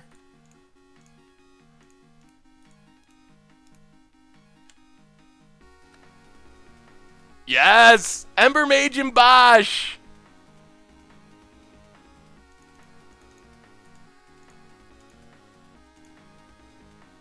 Yes, sacrifice Bosch to his own ability! And the Mommere streak comes to an end. Good game, X-Storm. Good game, good game.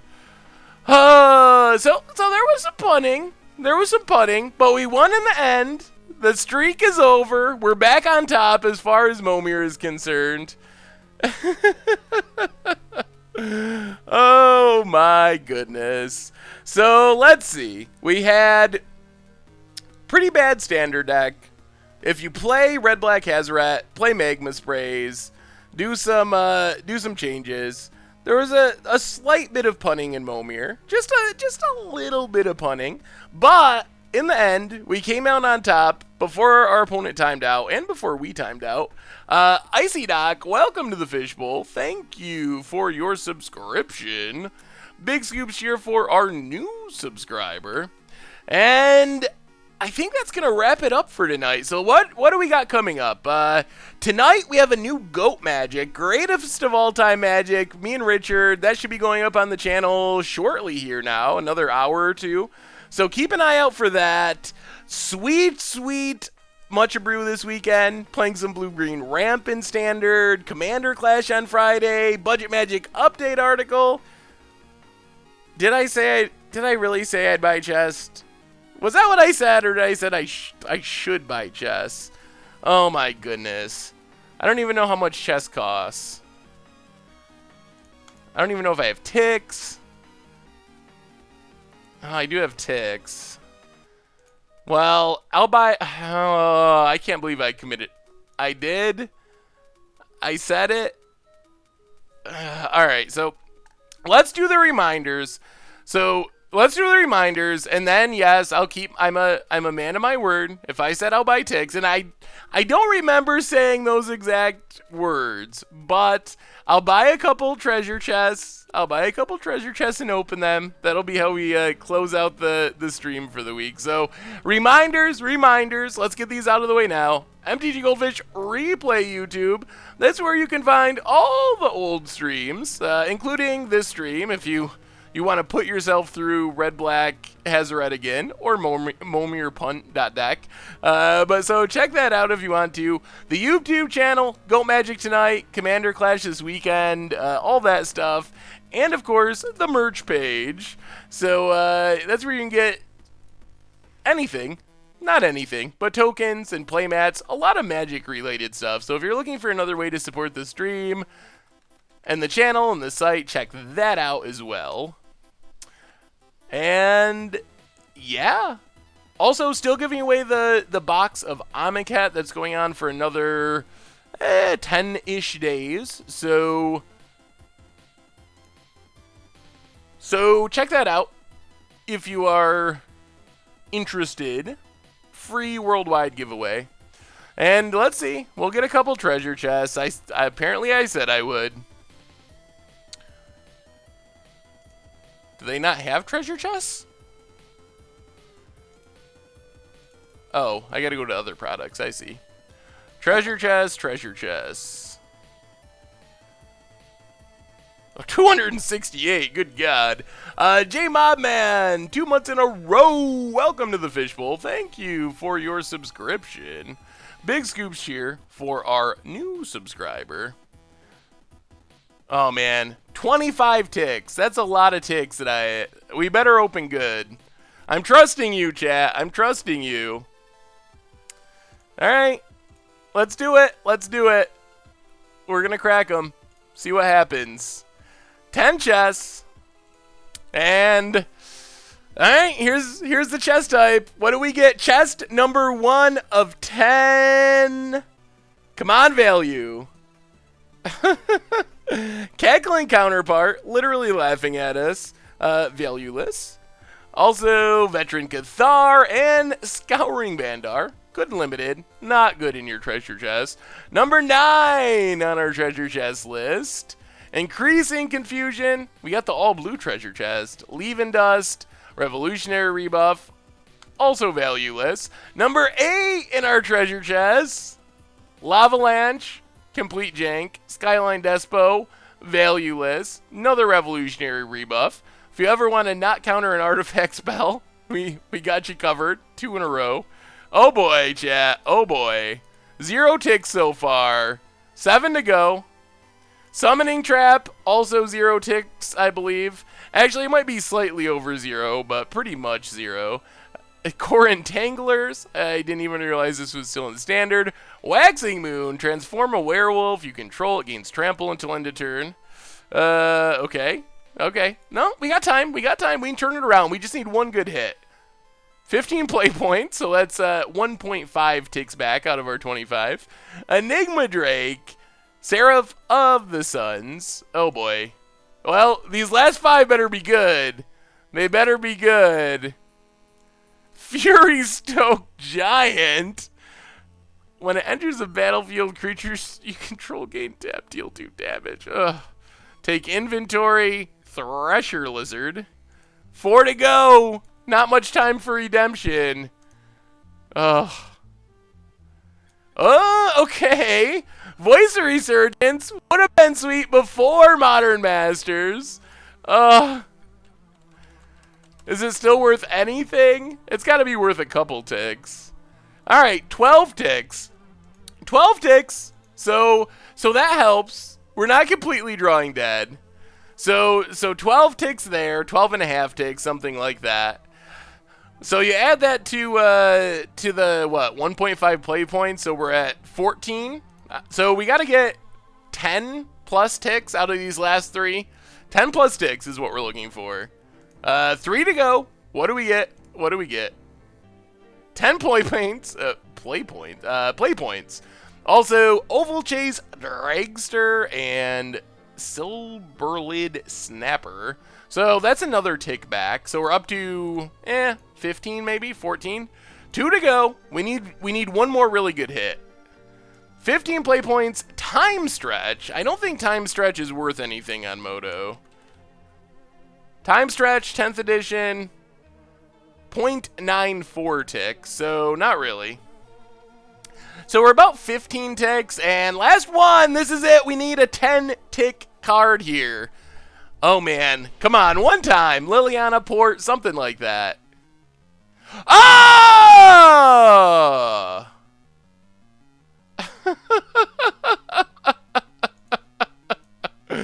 I was so excited. I thought it was going to be a Force of Will or something. And it's a Spell Pierce. I mean, we got a masterpiece in Invocation, and it looks sweet, but it's a Spell Pierce. Does this have any actual value? That's my question.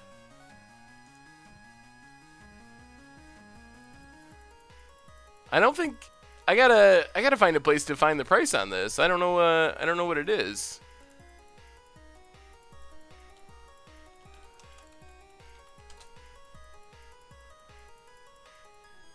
All right, it's listed as 3.17 on GoatBots, but they don't have any in stock. We can also look on here.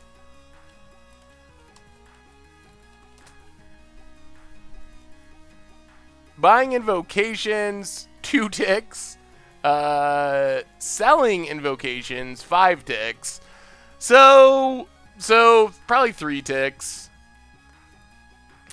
I mean, if people are selling for 2 and buying for 5, it's actually selling for 4. So 3 ticks is probably a fair assessment. Yeah, Goldfish has it at 0.6, but the people that we get prices from don't seem to have it in stock, so I don't know if it's actually up to date at the moment because they don't have them in stock. But it does look sweet, and we can play it in our deck. So we're not opening more chests. We already lost what, 10, 12, 10 ticks maybe, 8 ticks. So no, that's how you run up huge credit card decks or decks. Credit card debt and end up homeless and living on the streets. Just one more treasure chest. No, we're not doing that. No, and never open Planeswalker deck. No, that just clutters up your collection. I mean, if you're gonna play with them, fine, but I intentionally did not open this. So anyway, I think yeah, I can borrow cards. I don't have every card in my collection, but I can borrow cards for the decks for streaming and videos, so I do have access to them. But I don't think you can delete it. I think you have to, like, email Wizards and ask them to take it out of your account. But anyway, everyone, there's a treasure chest. Not great, but not as brutal as it could have been. We did get a couple good cards, mostly thanks to the Voice of Resurgence. So anyway, I think that's going to wrap it up for tonight. So like I said, sweet content coming out the next few days. Budget Magic updates coming out on Sunday in the article. So have a wonderful weekend, everyone. And we'll be back on Tuesday with another one. And I'll talk to you soon.